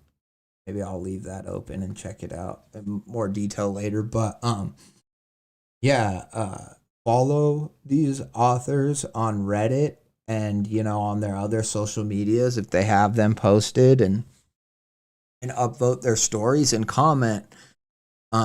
Even if you just listen to me read the story and you didn't read it yourself, go comment on the story. Tell them what you liked. What you think about the story, what you think could be improved. It's okay to do that too, as long as you're respectful and not a dick about it. So yeah, I just shout out. I'm really glad I read that one. Is it BW? Anyways, I'm really glad you sent me that message, because they were there. I read Knock Knock, and we were talking about Knock Knock, and then they were like, well, hey, I have this newer story that I've written, and I was like, yeah, I'll check it out, you know. I hope I wasn't too harsh on the last one, but they were super kind, and most writers are, where they're very willing to listen to criticism and stuff, and that's what they did. And um yeah, they were super cool about it. And they obviously have this newer story that they worked on, and it shows. I mean, that story was great. I loved it. So shout out to them in particular for that. So and that's one thing too. I guess my reason for bringing that up is that, like, as an author, if I read your story, I like to hear what you think of my commentary on the story. And if you feel like I didn't get your story, or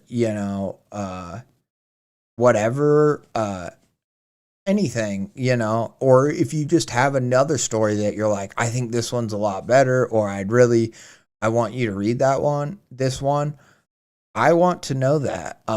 I always, and I've said it in the past, I have my list of stories that I'm working to get through, but I'll always, if somebody sends me a message, a direct message with a story, I always try to give it a higher priority, because the people that interact with me and are listening to my feedback are the people that I want to read more of their stories and give their stories priority, because that's the creative sort of like symbiotic relationship that I want with these authors. Is I don't just want to read your story and forget about it and never talk to you again. I mean, that's okay if that's what you want, that's fine. But yeah, if there's more to it than that, if there's more you want me to check out, then I definitely want to. And I mean, that the whole part, I guess maybe this is something I should maybe put in my like Reddit bio or even my YouTube channel bio, is that, like, my goal in this is to not just find and highlight amazing authors and amazing stories, but to help people get to that point to where they can make something they're really proud of.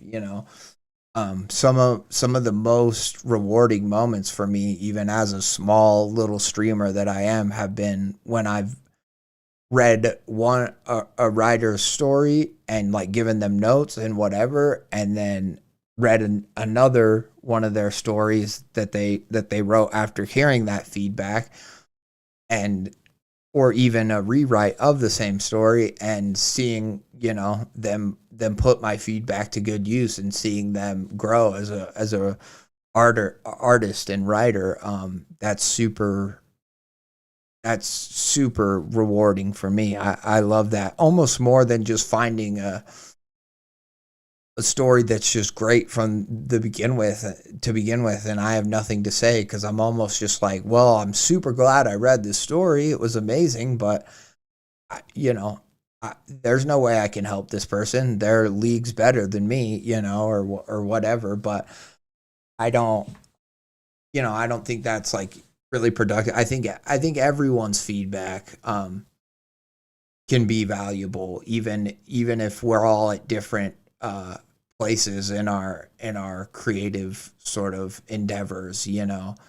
Just because maybe you've published a book and I haven't doesn't mean that I don't have valuable things to say. And the same way I would want to hear anyone's feedback who wanted to give me feedback, as long as it's like thought out feedback that the person cares about, and they actually took the time to like read the story and think about it. That's always what what I feel like is the most important. So yeah, I hope that when people get my criticism or watch my streams or whatever, I hope that they're taking it all with a grain of salt and just knowing that I'm a fan of theirs and I want them to improve and be all they can be as a writer and as a creative person. And so, yeah, just know that at the end of the day, it all comes from a place of love and of support, and keep writing, keep scribbling, keep creating. It's important. It's so much fun getting to do these streams and read these stories, as we just found out with both the stories today were fun, or at least thus far have been really fun. But it's an absolute gift to get to read these stories, and so I hope that I can give that gift back in some ways.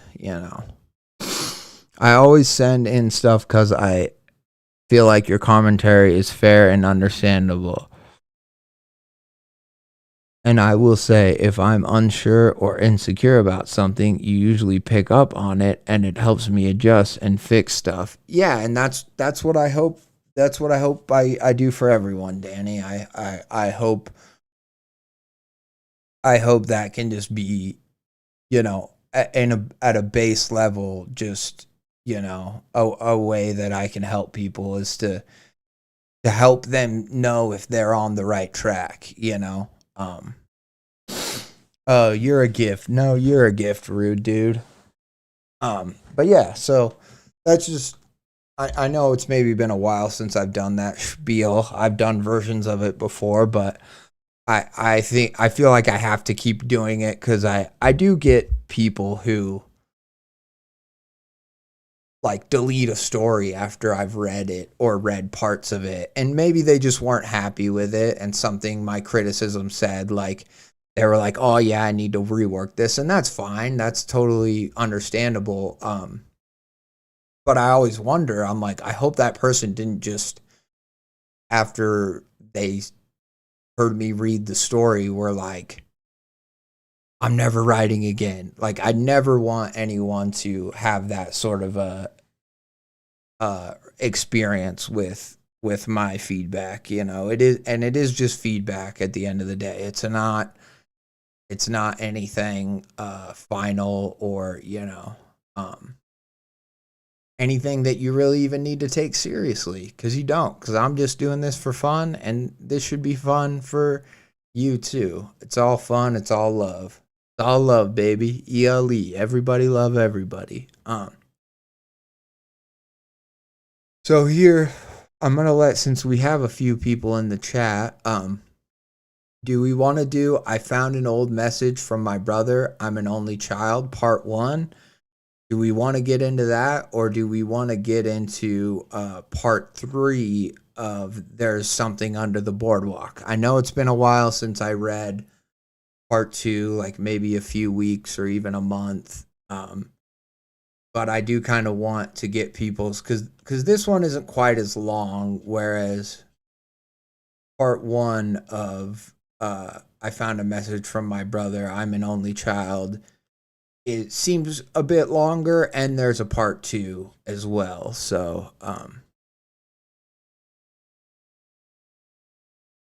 yeah, I try to be honest and not be a dick about it. Thank you, Sam. I think that's a pretty apt, actually, description of what I try to do, because I've never been a like mean-spirited person, I guess.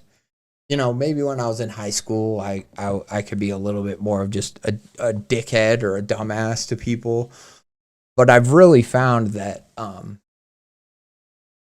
like, I don't know how Simon Cowell got popular as a, like, judge. Because I don't view myself as a judge. I'm not saying that's what I do, but, like, to be a judge of talent, and I guess it's because it's a TV show and they want drama, but to be like, to have his main thing be like, that was totally ridiculous, that was awful,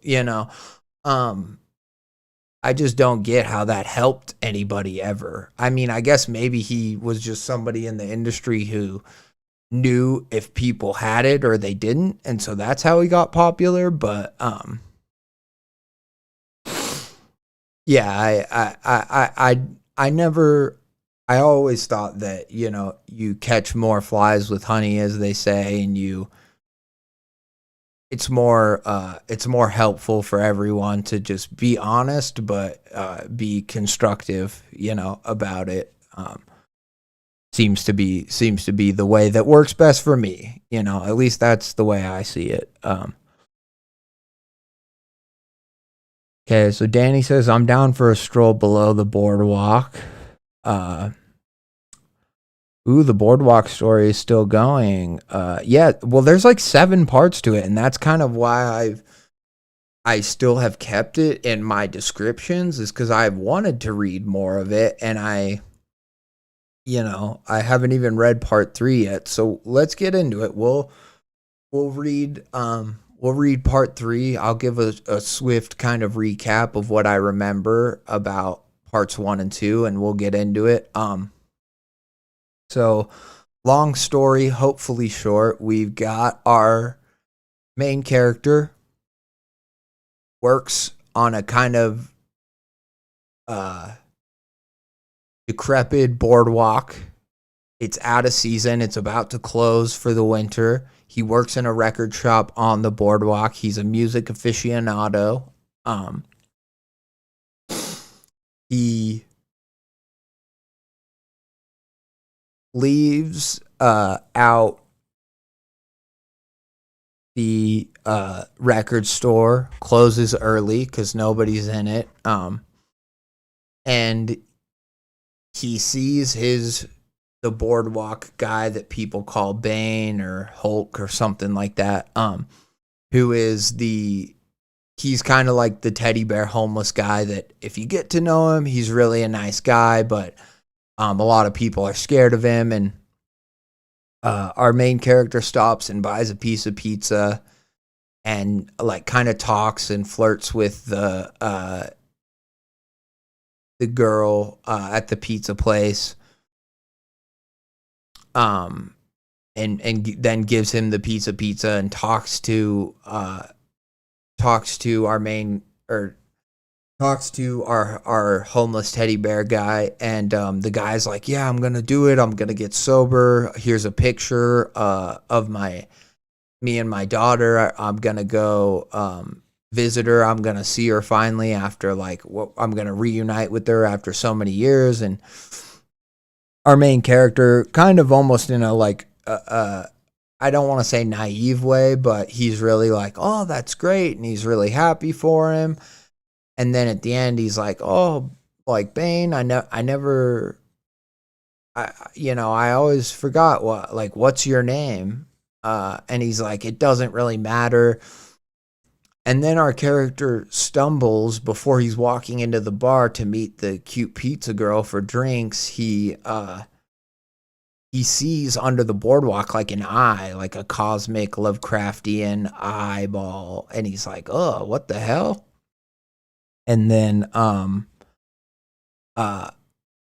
then so he does that. He sees the eye. He like kind of shakes it off. He goes into the place. He has drinks with the girl. They're kind of hitting it off, but then at the same time, our guy's kind of a loner, and he's kind of like a sad boy, loner, hot guy who the girl seems into him, but he's like, nah, I'm just going to be alone. And, whatever, we don't know quite what's going on there. Maybe he's just sad, who knows, but the girl's like, oh, okay, like, I'll see you later. And then she's like, whoa, what's your name? Or what? And he's like, oh, it doesn't matter. And so he kind of repeats what the guy said to him, I think, if I remember right. And then he drops the record that he took from work that he was taking home to listen to. He realized that he doesn't have it. And he's like, oh, when I tripped and saw the thing under the boardwalk, maybe it fell out of my bag. And I'll go look for it underneath the boardwalk. So now he's under the boardwalk and he finds a picture. And wouldn't you know it, it's the picture of the Bane guy and his daughter. And he's like, Bane wouldn't have just left this down here. You know, he was so excited he was finally going to see her. And I was talking about how, you know, this reads a lot like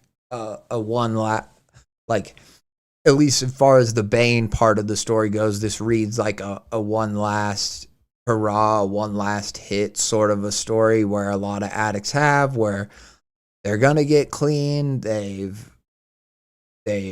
have plans to go to rehab or whatever it might be, but they sneak out or they go for, and finally Bane has enough money to like get a hotel and clean up, and that's why he's gonna go see his daughter. But now we see that the picture, he lost it under the boardwalk, or it's just down there. And so now we're wondering, is like, did this creature kill Bane? Did he go down there for one last hit and something bad happened to him? Or, you know, has he just OD'd somewhere? Like, we don't know necessarily what, but I was saying that even in the first part of the story, it really seemed like they were setting him up to be this tragic kind of character that, you know, was so close to just getting his life back together, but then, you know, addiction and just whatever kind of pulls you back in the same way a Lovecraftian monster can just pull you back in, you know. And so yeah, interesting parallels there and stuff. But now our main character is just under the boardwalk, looking at the photo, being like, what the hell's going on? You may have seen something written under the boardwalk, but I don't really fully remember. Or he saw like the honeycomb sort of structure of maybe where this monster is living. I don't know, something like that. But it's been a while since I read it. But let's get into it. You know, no more recap. Let's just jump right in. I stared at the photo for what felt like hours. In reality, it had only been a few minutes, but the storm had finally... I'm trying to get the right size here. The storm had finally arrived. The crash of lightning exploded above me and was chased by thunder. I could see the tide was creeping ever closer, so I had to keep moving. I secured the album and photo into my backpack and started to hastily make my way home. Mix neon signs, Mix is the bar that he was at, had been retired for the night. I kept to the awnings of the hotels that resided on my journey home to stay dry. It was to no avail. When it rains here, it pours, and the streets were already beginning to flood, sweeping away whatever debris lay in its wake. It felt like I was the only man left on earth, but that wasn't a foreign feeling. At this point, I just wanted to get home to Daisy. I believe Daisy's his dog. That was the only thing that would make sense. That was the only thing that would make sense to me right now. I rounded the corner to my street, turning my brisk walk into a jog to the finish line. Greeting me at the window was the love of my life, pointed ears and alert. She stood tall at the bay window of the house. I don't know who was more excited to see who. She immediately bombarded me with kisses and whined with excitement, not caring that I was drenched from the storm. One perk of working at the record shop is that I'm allowed to close up temporarily to let her out and feed her throughout the shift. You would have thought I was gone for days the way she reacted. Once I peeled out of my wet clothes and changed, I retired to the living room, using a matchbook from Mix to light some candles in the event of a power outage. The only sound filling the house was the persistent thunder and ever-wagging tongue of my Daisy.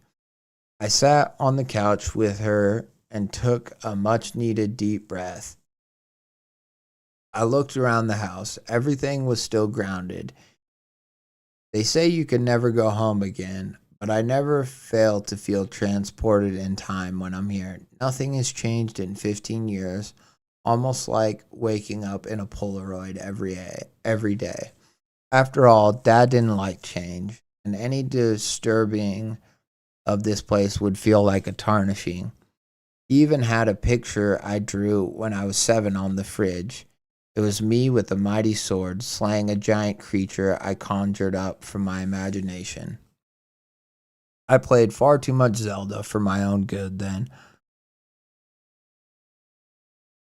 It never fails to get a smile out of me when I see it in the morning. I suppose there are worse places to live than in a memory.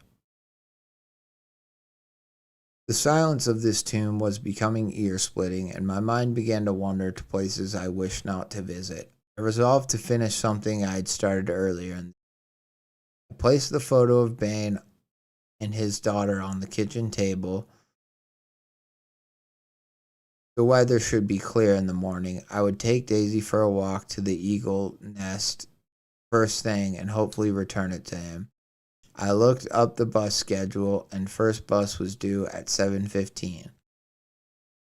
The album I acquired was next. Now in the bright light of the kitchen, the mysterious dark smear on the protective sleeve still persisted.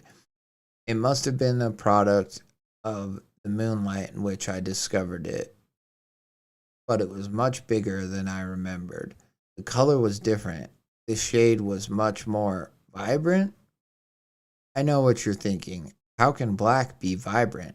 I swear it almost seemed to glow. The texture was also amiss. I could have sworn it was dried and solid. The glare of the kitchen light presented a more ink-like substance. Yeah, so he has some kind of goo or something from this monster on the album, it looks like. Staring at it was making me queasy. The same nauseating feeling I had looking at the imposter wasp nest. Every fiber of my being told me not to touch it. I quickly resolved to just put it in the trash. I had plenty of sleeves at work. Just as I was tossing it in the bin and closing it shut, I couldn't help but stare at the blot. For some reason, it felt like staring into an abyss, into true nothingness. It seemed like the stain was peering back, looking right through me. It's too late for this, I thought. I needed a nightcap to put me out for good. I approached the fridge, planted in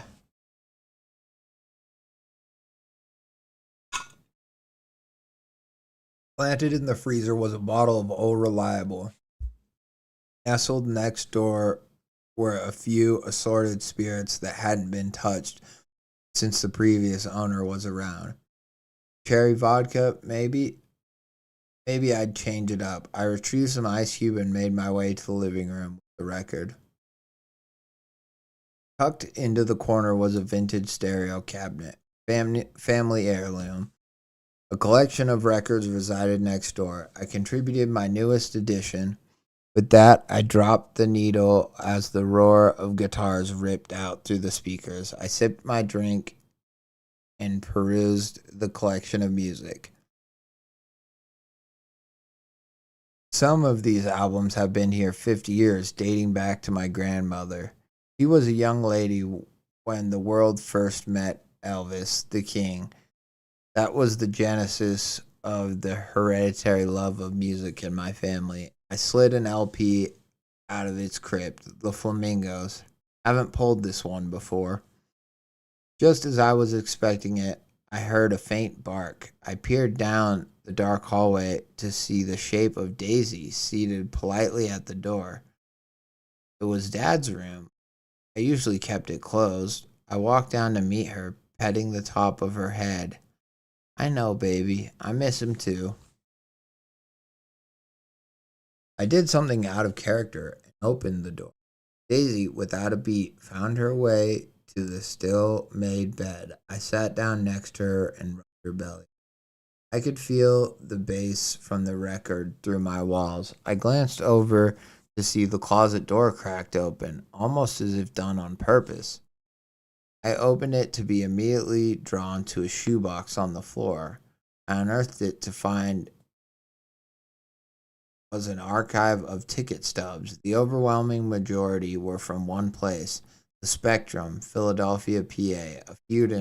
A few included Kiss, December 22nd, 1977, Paul McCartney and Wings, May 14th, 1976, Pink Floyd, June 29th, 1977, Blue Oyster Cult, August 14th, 1975. Yeah, rude dude. I wasn't gonna say it yet, but I have a feeling. I'm like, if this goo or whatever was on the sleeve, how is this record gonna be changed? And is it going to be like, is it gonna cast a spell on him, or is it gonna start,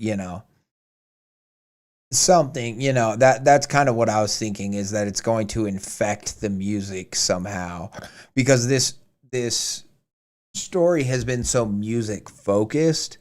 He works in a record shop. He mentions the different songs, haunting him and giving him nostalgia and different stuff. And it almost seems like this, there's like a memory theme of this story, and it would make sense that the Lovecraftian creature is almost going to like infect his music memory, or infect the music in certain ways, and that is how he's going to kind of clue into the wrongness of it, or like it changing something, you know what I mean? Is his knowledge of music is going to give him that kind of sight into it.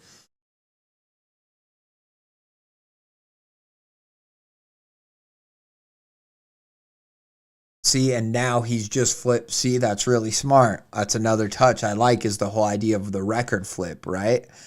So he listened to the front, that side was normal. Now he's listening to the back, and that's going to have the goop on it or whatever, and now shit's gonna go down. I spent the next hour sifting through them, only stopping once to flip the record over and refill my drink.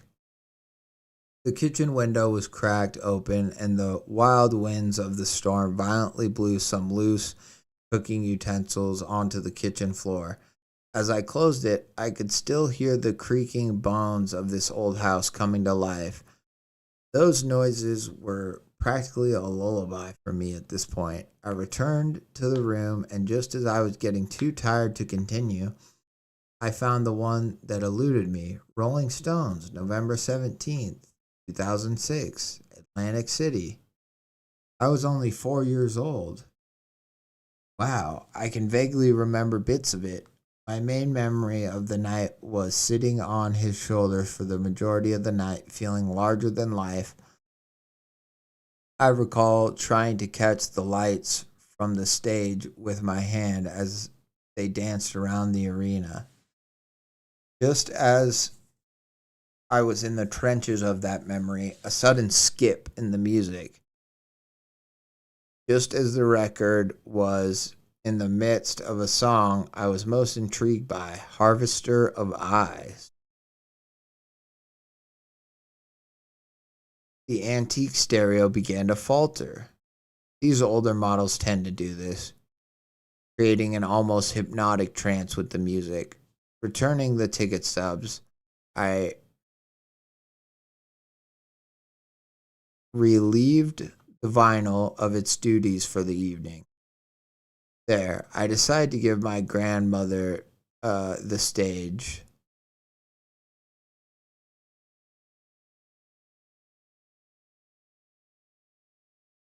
I decided to give my grandmother the stage. The opening chords of I Only Have Eyes for You arrived, and I felt at ease. The storm was still strong, lightning seemingly pulsating with the music. I turned the lights down, blew out the candles, and finished my drink. I summoned Daisy to the couch where we comforted each other. The eternal harmonies of the flamingos lulled us both to sleep, thankful for all we had, even if it was just each other. I was yanked from my slumber by an abrupt sound. My bloodshot eyes opened and I searched my surroundings for its origin. The storm still raged on, but it wasn't thunder. Stereo was no longer playing. Shrouded in darkness, the power was out. Reaching for my phone to check the time, only to find it was dead. The startling noise returned, only this time was a series. I looked at the couch to see Daisy was gone. Did she need to go out? She had a vocabulary of expressions, and this wasn't one of them. He rang out desperately for attention. This wasn't a bark, this was a scream. I hurriedly traced it to find her at the border of the dining room and the kitchen.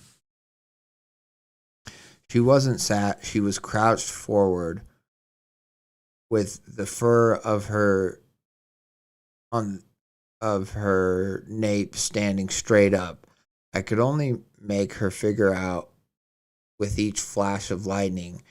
Barking violently, her paws skidded across the hardwood as she backed herself into me. She reached up desperately with a paw and whined into my hands, hiding herself behind my legs. My heart was thudding in my chest with confusion crawling out of my throat. I dared to slowly peer around the corner to see the origin of her fear. What I saw next can't properly explain. Creeping out of the lid of my trash can was an oozing substance, stringy and sticky, like a vine wrapping around a dead tree. It was slowly sprawling across the floor, like veiny webs conquering the land below it.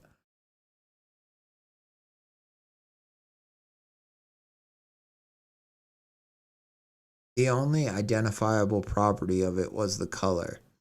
It was the same ink color I had seen on the protective sleeve, now sprawling and humming, a noise I'd never heard before. It sounded like the dissonance of our two sour notes on a broken piano, groaning with dread, crept even farther now out of the can and making a direct route to me. Rising in pitch, like an angry hornet, Daisy's barks were now transformed into yells, resulting in her skidding to the living room. I was paralyzed, almost as if by design of a predator. I did the only thing that made sense and ran into the living room to retrieve the matchbook. Daisy was huddled in the corner of the room, shaking like a leaf on a tree. I returned to the kitchen to find the substance had covered more tile, grabbing the bottle of cherry vodka on the counter. I doused. He grabbed the bottle. Okay, I thought the substance grabbed the bottle on the counter, and then I was like, isn't it on the floor? Grabbing the bottle of cherry vodka on the counter, I doused the atrocity and lit the match. Still, in a momentary state of shock, I could see the grounded ick begin to rise in protest as the noise permeating from it was now at a fever pitch. It stood high and spread itself apart like a blossoming flower of tendons. The sonic scream began to form from within it, rumbling with the thunder outside, nearly blowing the match out. I threw the flame in desperation and watched as it combusted like with the fury of hellfire. What followed was an unearthly screech that nearly made my ears bleed. I fell back into the dining room table and broke the chair under me. Daisy ran over to my aid, sat beside me as we both glared in horror at what we were seeing. She howled to the sound, and I covered my ears in protection. I gripped her tight. Yeah, I like the descriptions of sounds too, Sam. Totally. I gripped her tight, watching as the flames raged on and the cries died out with the creature. The fire alarm rang out, so I rushed to the pantry and the garage to grab an extinguisher, with Daisy in full pursuit. I sprinted to the kitchen to find a harrowing sight.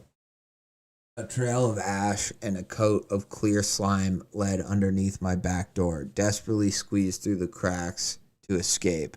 I opened the door, astonished to find where it led. There was a storm drain in our backyard to help prevent flooding. The nightmarish trail led directly to it, leaving only one possibility of where it led. It's gone.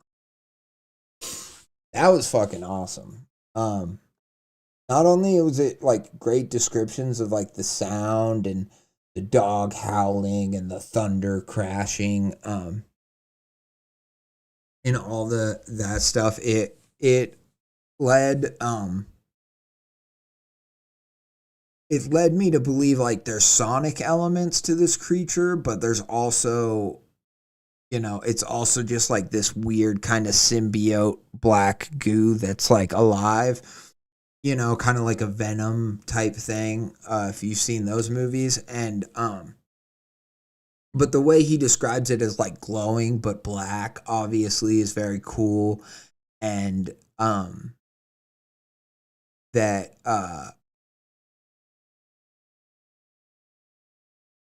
that he had this sort of conflict with the direct ooze, I think is really cool. And then also what I love about this part is the record kind of just skips and whatever. So it's either set it up now to where maybe some of this ooze is on the record player itself, and now the record player is going to be affected by it, or maybe it's just the record, and when he puts it back in next time or something's going to happen. And now that we know the creature has this sonic elements, we can bet that maybe the record's going to skip out again and it's going to do this hypnotic thing, but it's going to become like really hypnotic, or maybe it's going to do just something totally out of this world that we don't even know yet,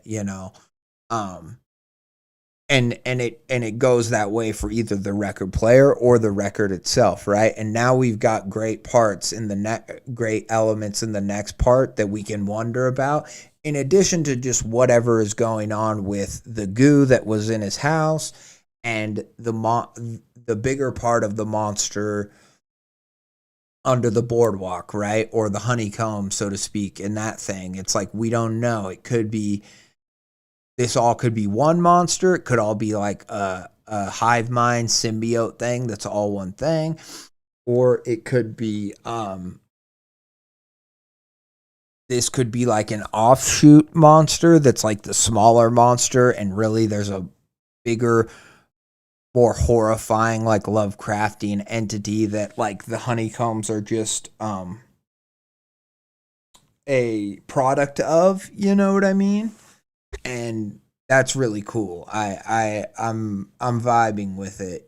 Again, it's like this story, it had a lot really going for it, and I hated that like I had read part 1 and then I'd read part 2, but I was like, I want to find the time to really get through the story and finish it. And I think next stream is that's what I'm going to have to do, is start with part 4 of this story and just finish it. But this was great because now we got into some action and we got into the sense of like, what is this threat? Yes, the guy maybe disappeared from under the boardwalk. We don't know what happened to Bane yet. We don't know if he's okay, if he's not okay. We just know that the picture is gone, and he wouldn't have just left that picture, right? That picture meant everything to him. So we have the elements of what's going on with Bane. We have the elements of the thing underneath the boardwalk itself, whether it be the honeycombs, whether it be the oozing substance that was on the record that seemed like it came from the honeycombs, or whether it's some other creature, maybe one that's like carnivorous or that eats people. You know, we don't know. And it's cool. It's like it's doing the good the thing a mystery does, where it's like the more it unveils, the more questions we kind of have, and the different ways we can see this supernatural entity affecting things. Like, and now it's in the sewers, potentially trying to find its way back to the ocean, to the boardwalk. But also where, like, who knows, like maybe people are gonna start, like, people around town are gonna start reporting, like, do you hear some crazy sounds coming from the sewers? Maybe it's gonna get with the wildlife down there and start like mutating it. There's so many different cool ways that this can develop. And I think what maybe my biggest critique of it is that he just kind of trips and like sees an eye under the boardwalk. And I was kind of like, well, that doesn't seem like very thought out. It just seems kind of random and whatever. But what I like about it is that now, although that first part, yes, was a little random and whatever, it's like now it's really developing all these Lovecraftian elements in cool ways that, maybe don't seem as random or seem like they seem like they're going to connect all these different parts of the stories that we've read so far and that we've gotten interested in. And I'm here for it. I'm really I like it. Like I said, that was my one kind of critique with the beginning part of the story. And I felt like he just had to tie it in so that there was some emergence of the monster early on in part one to kind of hook people. And I totally was understanding of that. I was like, I totally get that. But now I'm liking it because now we got to see at least part of the monster, or at least an aspect of it, and how it kind of interacts with things and affects things. Like, it has this noise element. It like scared the dog. It climbed out of the trash. It can move. It can slither around. Like, that's so cool. Let's get to the chat. Hold on. Kozni, watching this during my night shift. Well, shout out to you. I too am a night shift worker. And I'm glad I can entertain you while you work.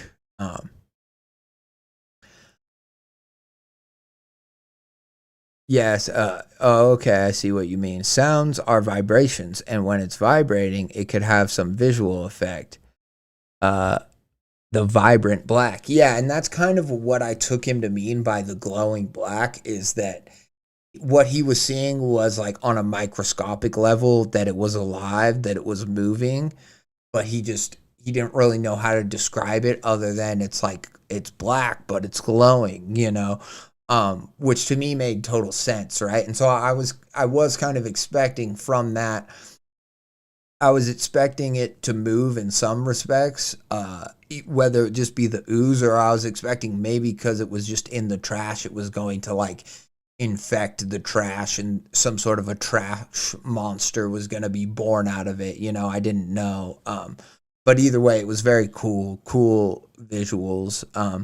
The other thing I do just have to say real quick, and then I'll read more comments, is the cherry vodka thing. I forgive it because a lot of stories will do that, but it's like vodka is not really that flammable that people think. Like, sure, if it's a high enough proof, it can be flammable, but usually people just use like alcohol. Any alcohol is flammable, and it's not quite the case.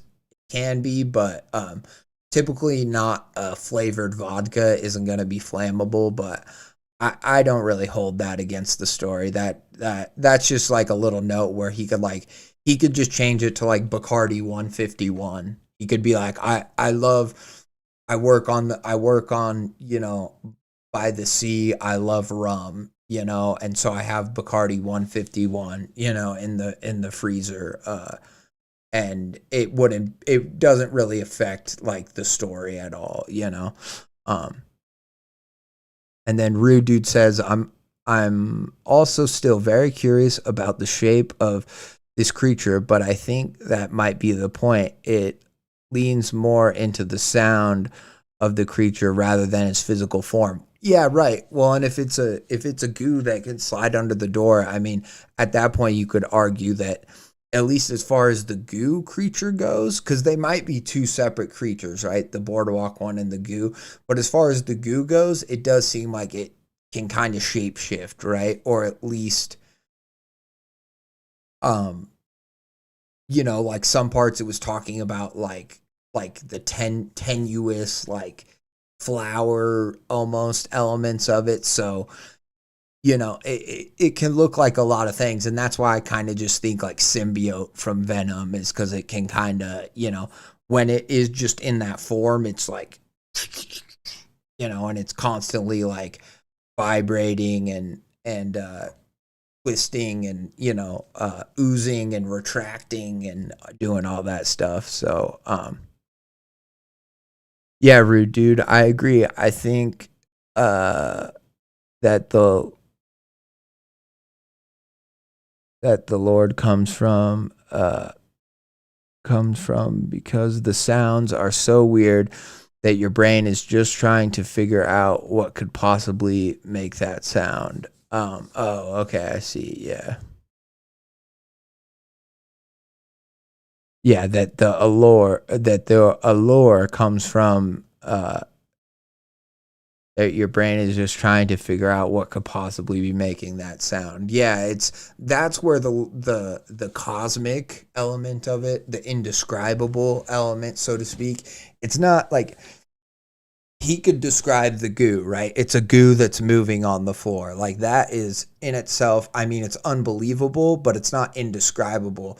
But what is indescribable are the sonic elements that he still is doing a good job describing somewhat, as these stories tend to do, right? If you're going to write a story about something indescribable, odds are you're going to have to describe it in some capacity, right? And so, yeah, that's what I like. That's what I like about the cosmic element of this is yes, there's like black tendril-y elements, but that's not what is truly cosmic about it. The sound is what's leaning more into the indescribable. And it's an interesting, fresh take on like a cosmic horror that I think we're all kind of noticing together, and that's dope. To me, this black looks almost like an oil spill. Well, yeah, and that's kind of what he was saying is like it was shiny, right? And then there's like the oil spills or like the gas spills where you can almost see the color, like the other like rainbow colors in it. And so I'm picturing all this stuff. All these are great kind of metaphors for what this thing looks like, right? And I'm sure we'll see some of them maybe in later parts or as he describes the different elements of it more, as he comes across it more in future parts. Yeah, like how it reflects multiple colors in the light. Exactly. Yep. And that's kind of what I like. There's that one. I don't know. It's. I think it's the Nicolas Cage movie that's like a Lovecraft, based on a Lovecraft story, but it's like The Color of Madness or something. I don't know. But it's it's kind of like how people have this goes back to more what we were talking about in the first story, but it's one of these things where there's a Bible verse where they talk about what it's going to be like in heaven, and it's going to be like, oh, there's colors you've never seen before, and while that's like cool and you're like, oh, interesting, um I wonder what, every time I've heard that, I've kind of been like, well, I wonder if it's the same for hell. You know what I mean? Is there blacks? Is there blacks that are so black that they're like in hell, that they're, or the reds are, blood, like blood is a different color even. You know what I mean? And it's this whole idea that like if you're viewing things on a more cosmic level, whether that be like from a god's perspective, whether that be in the afterlife or whatever, it's like that things have this indescribable quality that all we can put it, all we as humans could describe it as, it's a color I've never seen before, ever, and that's really all we can even say about it, is that it's multiple colors mixed together, sort of a thing, and that leads back to this whole black rainbow idea, which Black Rainbow would be a sick album name, I think. Just spitballing here, but if any metal bands, wanna take that one, feel free. Black Rainbow, or like Rainbow of Darkness, something like that.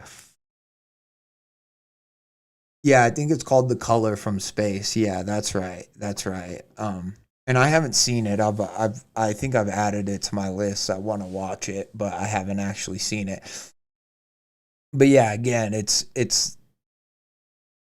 this idea that and kind of like what we were talking about, where like sound is vibration, and uh whatever, like even radio waves and stuff, it's like, well, with the right spectrum or what, it's like you could see sound, with the right eye, whatever, or the right, you could see these waves traveling, and it's like maybe this cosmic goo, so to speak, this monster is playing in that space where it's like the radio frequencies are it, and it is the radio frequencies that are also the matter of it, like the goo part of it, but it also, the reason it's able to move and slither is because it travels, it can travel on just the frequencies, the electricity in the air, so to speak. It moves through that. Very cool, very Lovecraftian, very fun concepts. That the story's doing a good job of like proposing in our mind, or kind of like hinting at, but not fully being like, I bet it travels through the radio waves that are in the air all around us, like it's not going out of its way to say that, but it's giving us the idea that it can do that. I mean, it could slip under a door, right? There's not a lot that could do that. You could say, okay, well, air could slip under the door or whatever, but like frequencies are all around us, so sound moves under, around, through things, through the wall, even. It doesn't have to go under it. It can just go through it, and that's very cool. Cool concept for sure. But I've read Lovecraft's story. Okay, hell yeah, cool. Well, I mean, I look forward to seeing the movie. I don't know if I'll read the Lovecraft story, but it's definitely on the list of things to check out. But yeah, man, what a good part 3. What just a way to reinvigorate me and be like, yeah, I need to read. Convince me that I need to honestly finish this story, not just read more of it, but finish it. Great part 3, and well paced too, because each part is not that long, and so it just goes to show that like some of these stories, each part isn't that long. Each part had something. Each part was cool. But now after part 3, we're really getting bought in here, and sometimes that's what it takes. These shorter part stories are meant to be. They're not necessarily meant to just be digested one at a time. They're meant to kind of be binged, and that's what I'm feeling from this story here. Yeah, Sam says, I liked The Color of Space, but it's different from the OG story. I mean, understandable, right? I didn't think it was going to be like a set in a Lovecraft time period sort of a thing, although I don't know when the story takes place, but I just like to see it. I like to see that because Lovecraft has gotten so much more popular in recent years, but I think his work is still pretty utilized, at least when it comes to like visual mediums, really. Like there's that Dagon movie that I've seen that's really crappy but fun. There's, like the few I forget what it's called. Maybe it's called like Lovecraft or something like that, but there's some show with like, I don't know, the guy who was supposed to play he was the Ant-Man villain or whatever it's called like Lovecraft Country or something. There was like that show. But I think that's what's more common is like that people use elements of Lovecraft's work in like a more common lens, and there's way less like one for one stories that are that are just, oh, we're doing Lovecraft's story, as a movie or as a TV show or something. But it would be cool. I think you do an excellent job with recaps, Red, so I don't really mind the rate at which you are reading these multiple part stories. I try. I always think I'm not going to remember important shit or whatever. And then once I get to talking about a story, I seem to kind of find myself just remembering enough. But I appreciate that, Rude Dude. I hope that the day doesn't come where I try to do a recap and I just utterly fail. I'm sure it could happen, but right now, right now I think I'm doing okay at it. So I think I think you're right. I think it's okay if I do some of these multi-part ones. Give some time in between, sort of a thing, if I need to. But I also just like, there's nothing better than just binging something that you love, right? You know what I mean? At the end of the day, and that always helps a lot. To be able to do that. But thank you. I really appreciate that, man. I've always thought I could do a okay job at like explaining like, oh, this is what happened in this episode to people. But it's just something that people so overtly like hate when anyone does it, that they're just like, I'm just going to watch it. You know what I mean? Like no one really wants to hear a recap of the new episode that they haven't seen of something, you know what I mean? And so it's just something that I guess I haven't had a lot of opportunities to do, but I'm hoping to do more in the future. I'm hoping to, do in kind of like a Papa Meat style video where he talks about a movie, kind of do my version of that, like of a movie and then of what I thought about it, sort of a thing, or of a TV show, say, even. Yeah, I'm looking forward to it.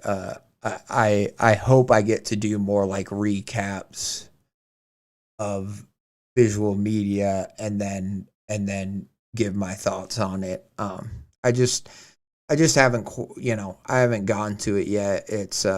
it's on my list of something that I want to do, but I think I might try it with the back rooms. Not that I'm gonna like go into a deep lore thing, but I do think I'm gonna end up talking on stream about the Backrooms movie, and so I think I probably won't go into the plot a lot. I probably won't do a recap of it, but I'll definitely want to talk about that on stream because that's gonna be a big deal, and I hope everyone's going to see it. Everyone better have their tickets. And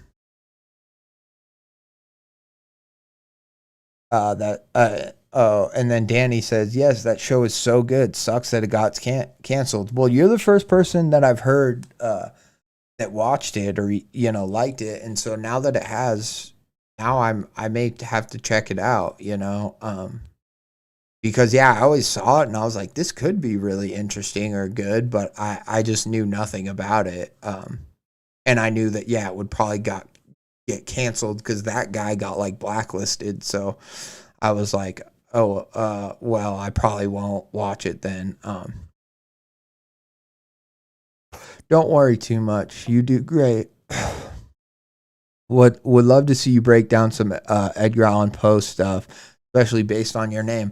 Well, Danny, I know this might have been before you found me on the stream, but I did listen to a reading of Mask of the Red Death and talk about why I like it so much. So I did that a little bit. I will.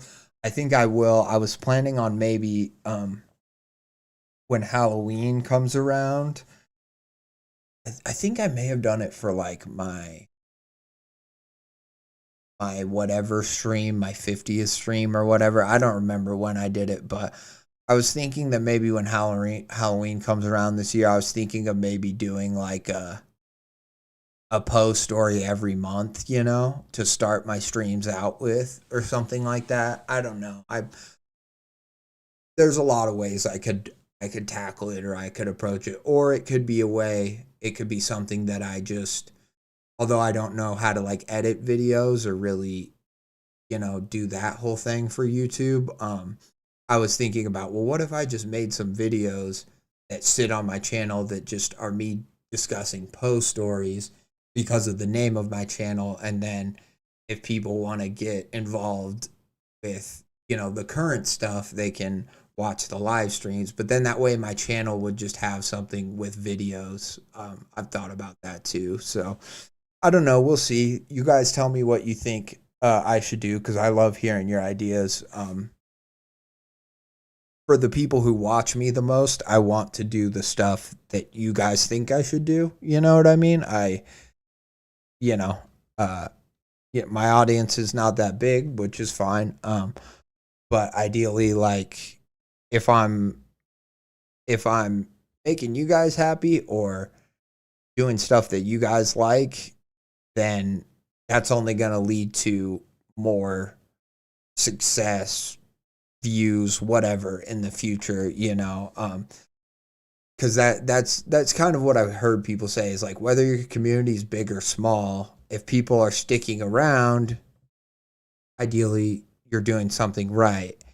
If you're getting a ton of views on one thing, but then, it's like success can be very fickle in that way. So it's better to just grow incrementally and get people to stick around for your content, than it is to just blow up all at once and, blah, blah, blah. So a lot of people don't like it because it discusses heavy racial themes. Oh, I would like it then, because I think that adds a lot to the show.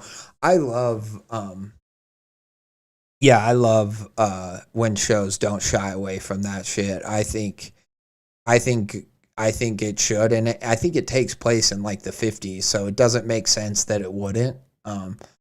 And I know there's plenty of people that hate. They're like, everything's gotta be, PC or, diversity or like more Republican leaning people but I mean, a lot of my favorite just movies, shows, content, is stuff that's like heavily just about like racism or, whatever. Because I think it's such a fascinating topic, and a horrifying one, at the end of the day. So, okay, yeah, I will. Well, I'll have to go for the post stuff, like you said, and you can find. I don't know which of my streams it is, but it is one of my past streams where I talk about the story Mask of the Red Death. So I don't know if you've seen that one, Danny, but check it out. Maybe you have. But yeah, like, I mean, one of my favorite shows that no one ever talked about is literally called The Good Lord Bird, and it's, which I know that sounds like it could be about anything, but it's about John Brown, who, if you know anything about John Brown, it's like he wanted to start the Civil War like 50 years early, basically, or something like that. And he's credited with being one of the people who kind of at least started, maybe not the idea of, like, he was not even an abolitionist. He was a militant abolitionist. He was a white guy who believed that slavery was evil to its core. He hated living in a country that had slaves. He just believed that, like, his calling from God was to try to rid slavery of America. And he was eventually, like, he killed people. He was a murderer too, but he was eventually, like, caught and hanged for his crimes. But basically the whole time he's like, I can only ever be proud of what I've tried to accomplish, and hope that in the future people will see the necessity of kind of like my life's work, which is to stop slavery at all costs, really. And that's totally what he did, and he died for. And people call him a terrorist, people call him a lot of different things through a modern lens, but it's a fucking great show. It's so good. I recommend it to anybody who, that sounds like they might interest them. It's called The Good Lord Bird. It's with Ethan Hawke. It's an amazing show. All the elements of it are so good. It was so, like, not even underrated, because people who saw it, like, tended to be like, yeah, this show's pretty fucking awesome. But it just flew under the radar. Not enough people talked about it. In my opinion, it's one of my favorite, like, pieces of media ever, and it's something that was made fairly recently too. So, Good Lord Bird, check it out.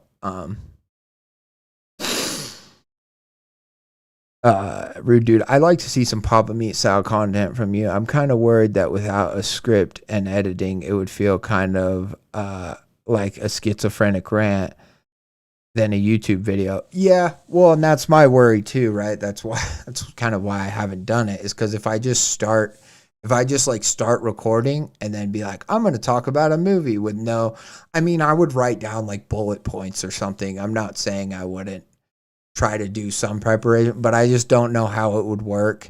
And I don't know if I could just post a full unedited video of me talking about something for even 20 minutes.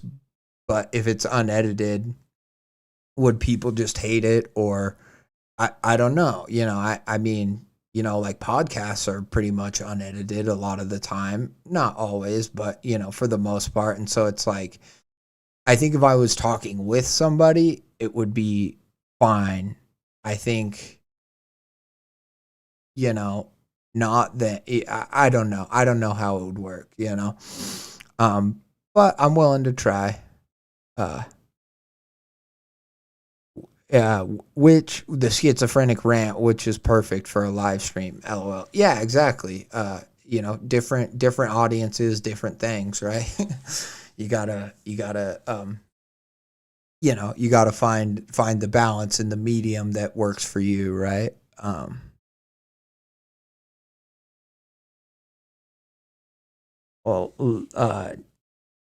Danny says, Lamau, I feel like some of his videos do feel like schizophrenic rants, but we learn as we go. You need a Nick Lamau. Yeah. Well, and that's the other thing I was gonna say is even when he does those, he's not like it may seem like he's just talking to the camera, or talking to myself, but he's really talking to kind of Nick the whole time. So yeah, it would be great if I had a Nick. Yeah, I just need a friend first.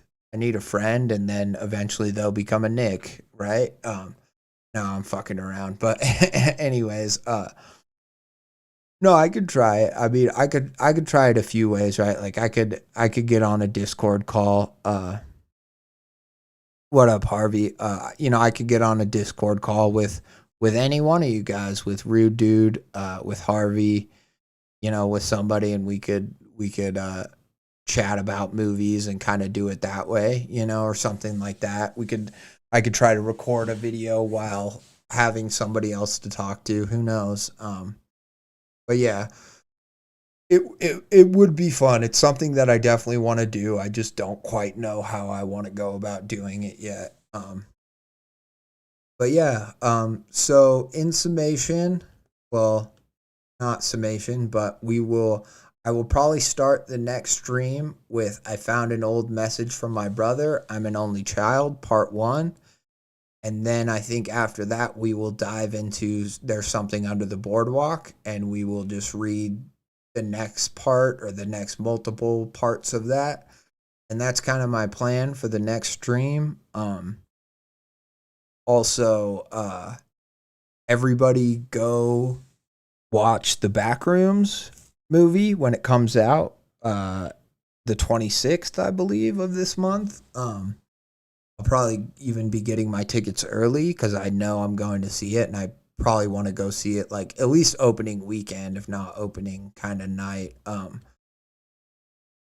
yeah, it's gonna be a great movie. I'm really excited for it. And then in 3 days now, Dungeon Crawler Carl book 8, I think, comes out. So check that out or listen to it. Or the book might already be out, but the audiobook comes out. So listen to that on Spotify, or not Spotify, on Audible or wherever you get your audiobooks. If you want to listen to it, you certainly don't have to, but I will be. I can tell you that much. And yeah, I think that'll do it for me, guys. Thank you so much, everybody, for hanging out during the stream. It was really fun to have so many new faces and old faces in the stream. Thank you to Boots. Thank you to Danny from Black Creek. Thank you, EDIM Productions.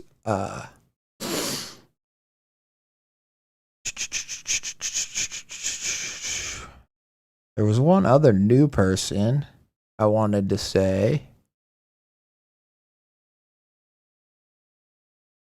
Oh, Kozni. Hell yeah, my night shift worker. Thank you. Thank you to Sam Denner. And thank you to Rude Dude Rudolph, of course. And if there's anyone else, Harvey, of course, who popped in at the very end. Thank you. It's been a really fun stream, guys. Thank you so much. I'll be back next week. I'll be back next Friday. Thank you. Yeah, of course, Rude Dude. I'll be back next Friday. I think I'm gonna be shooting for because see that tonight I started at 10:30 my time, so I think, but today was different. I had to run errands before, so I didn't get to go to sleep until like noon. So I think I'm gonna be shooting for like probably 9 o'clock, maybe 8 o'clock. We'll see. For when I start my streams on Friday.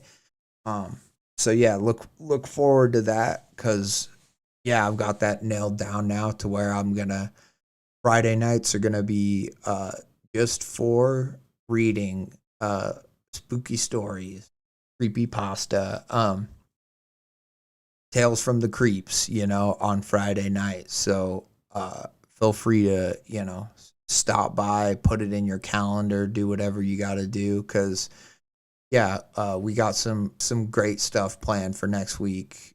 starting with, I found an old message from my brother. I'm an only child.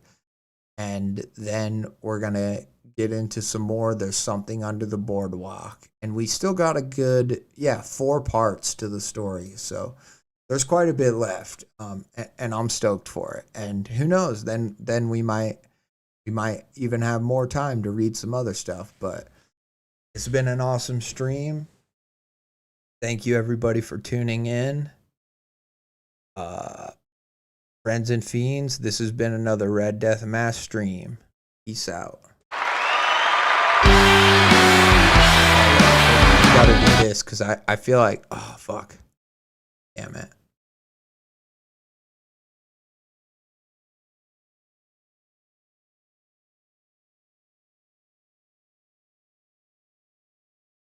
This is my TikTok, but I want to do, because I started the stream and probably none of you guys were here for it.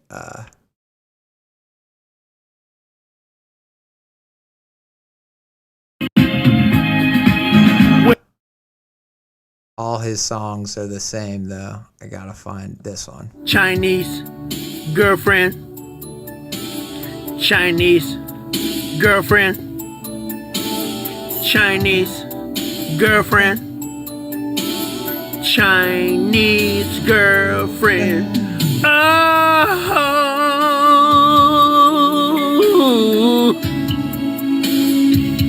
Oh. Oh. Got it. Chinese. And that's how I started the stream, and that is how I want to finish it. So thank you so much, everybody. And let's just go out one more time listening to an absolute banger. Girlfriend. Chinese girlfriend. Chinese girlfriend. Chinese girl.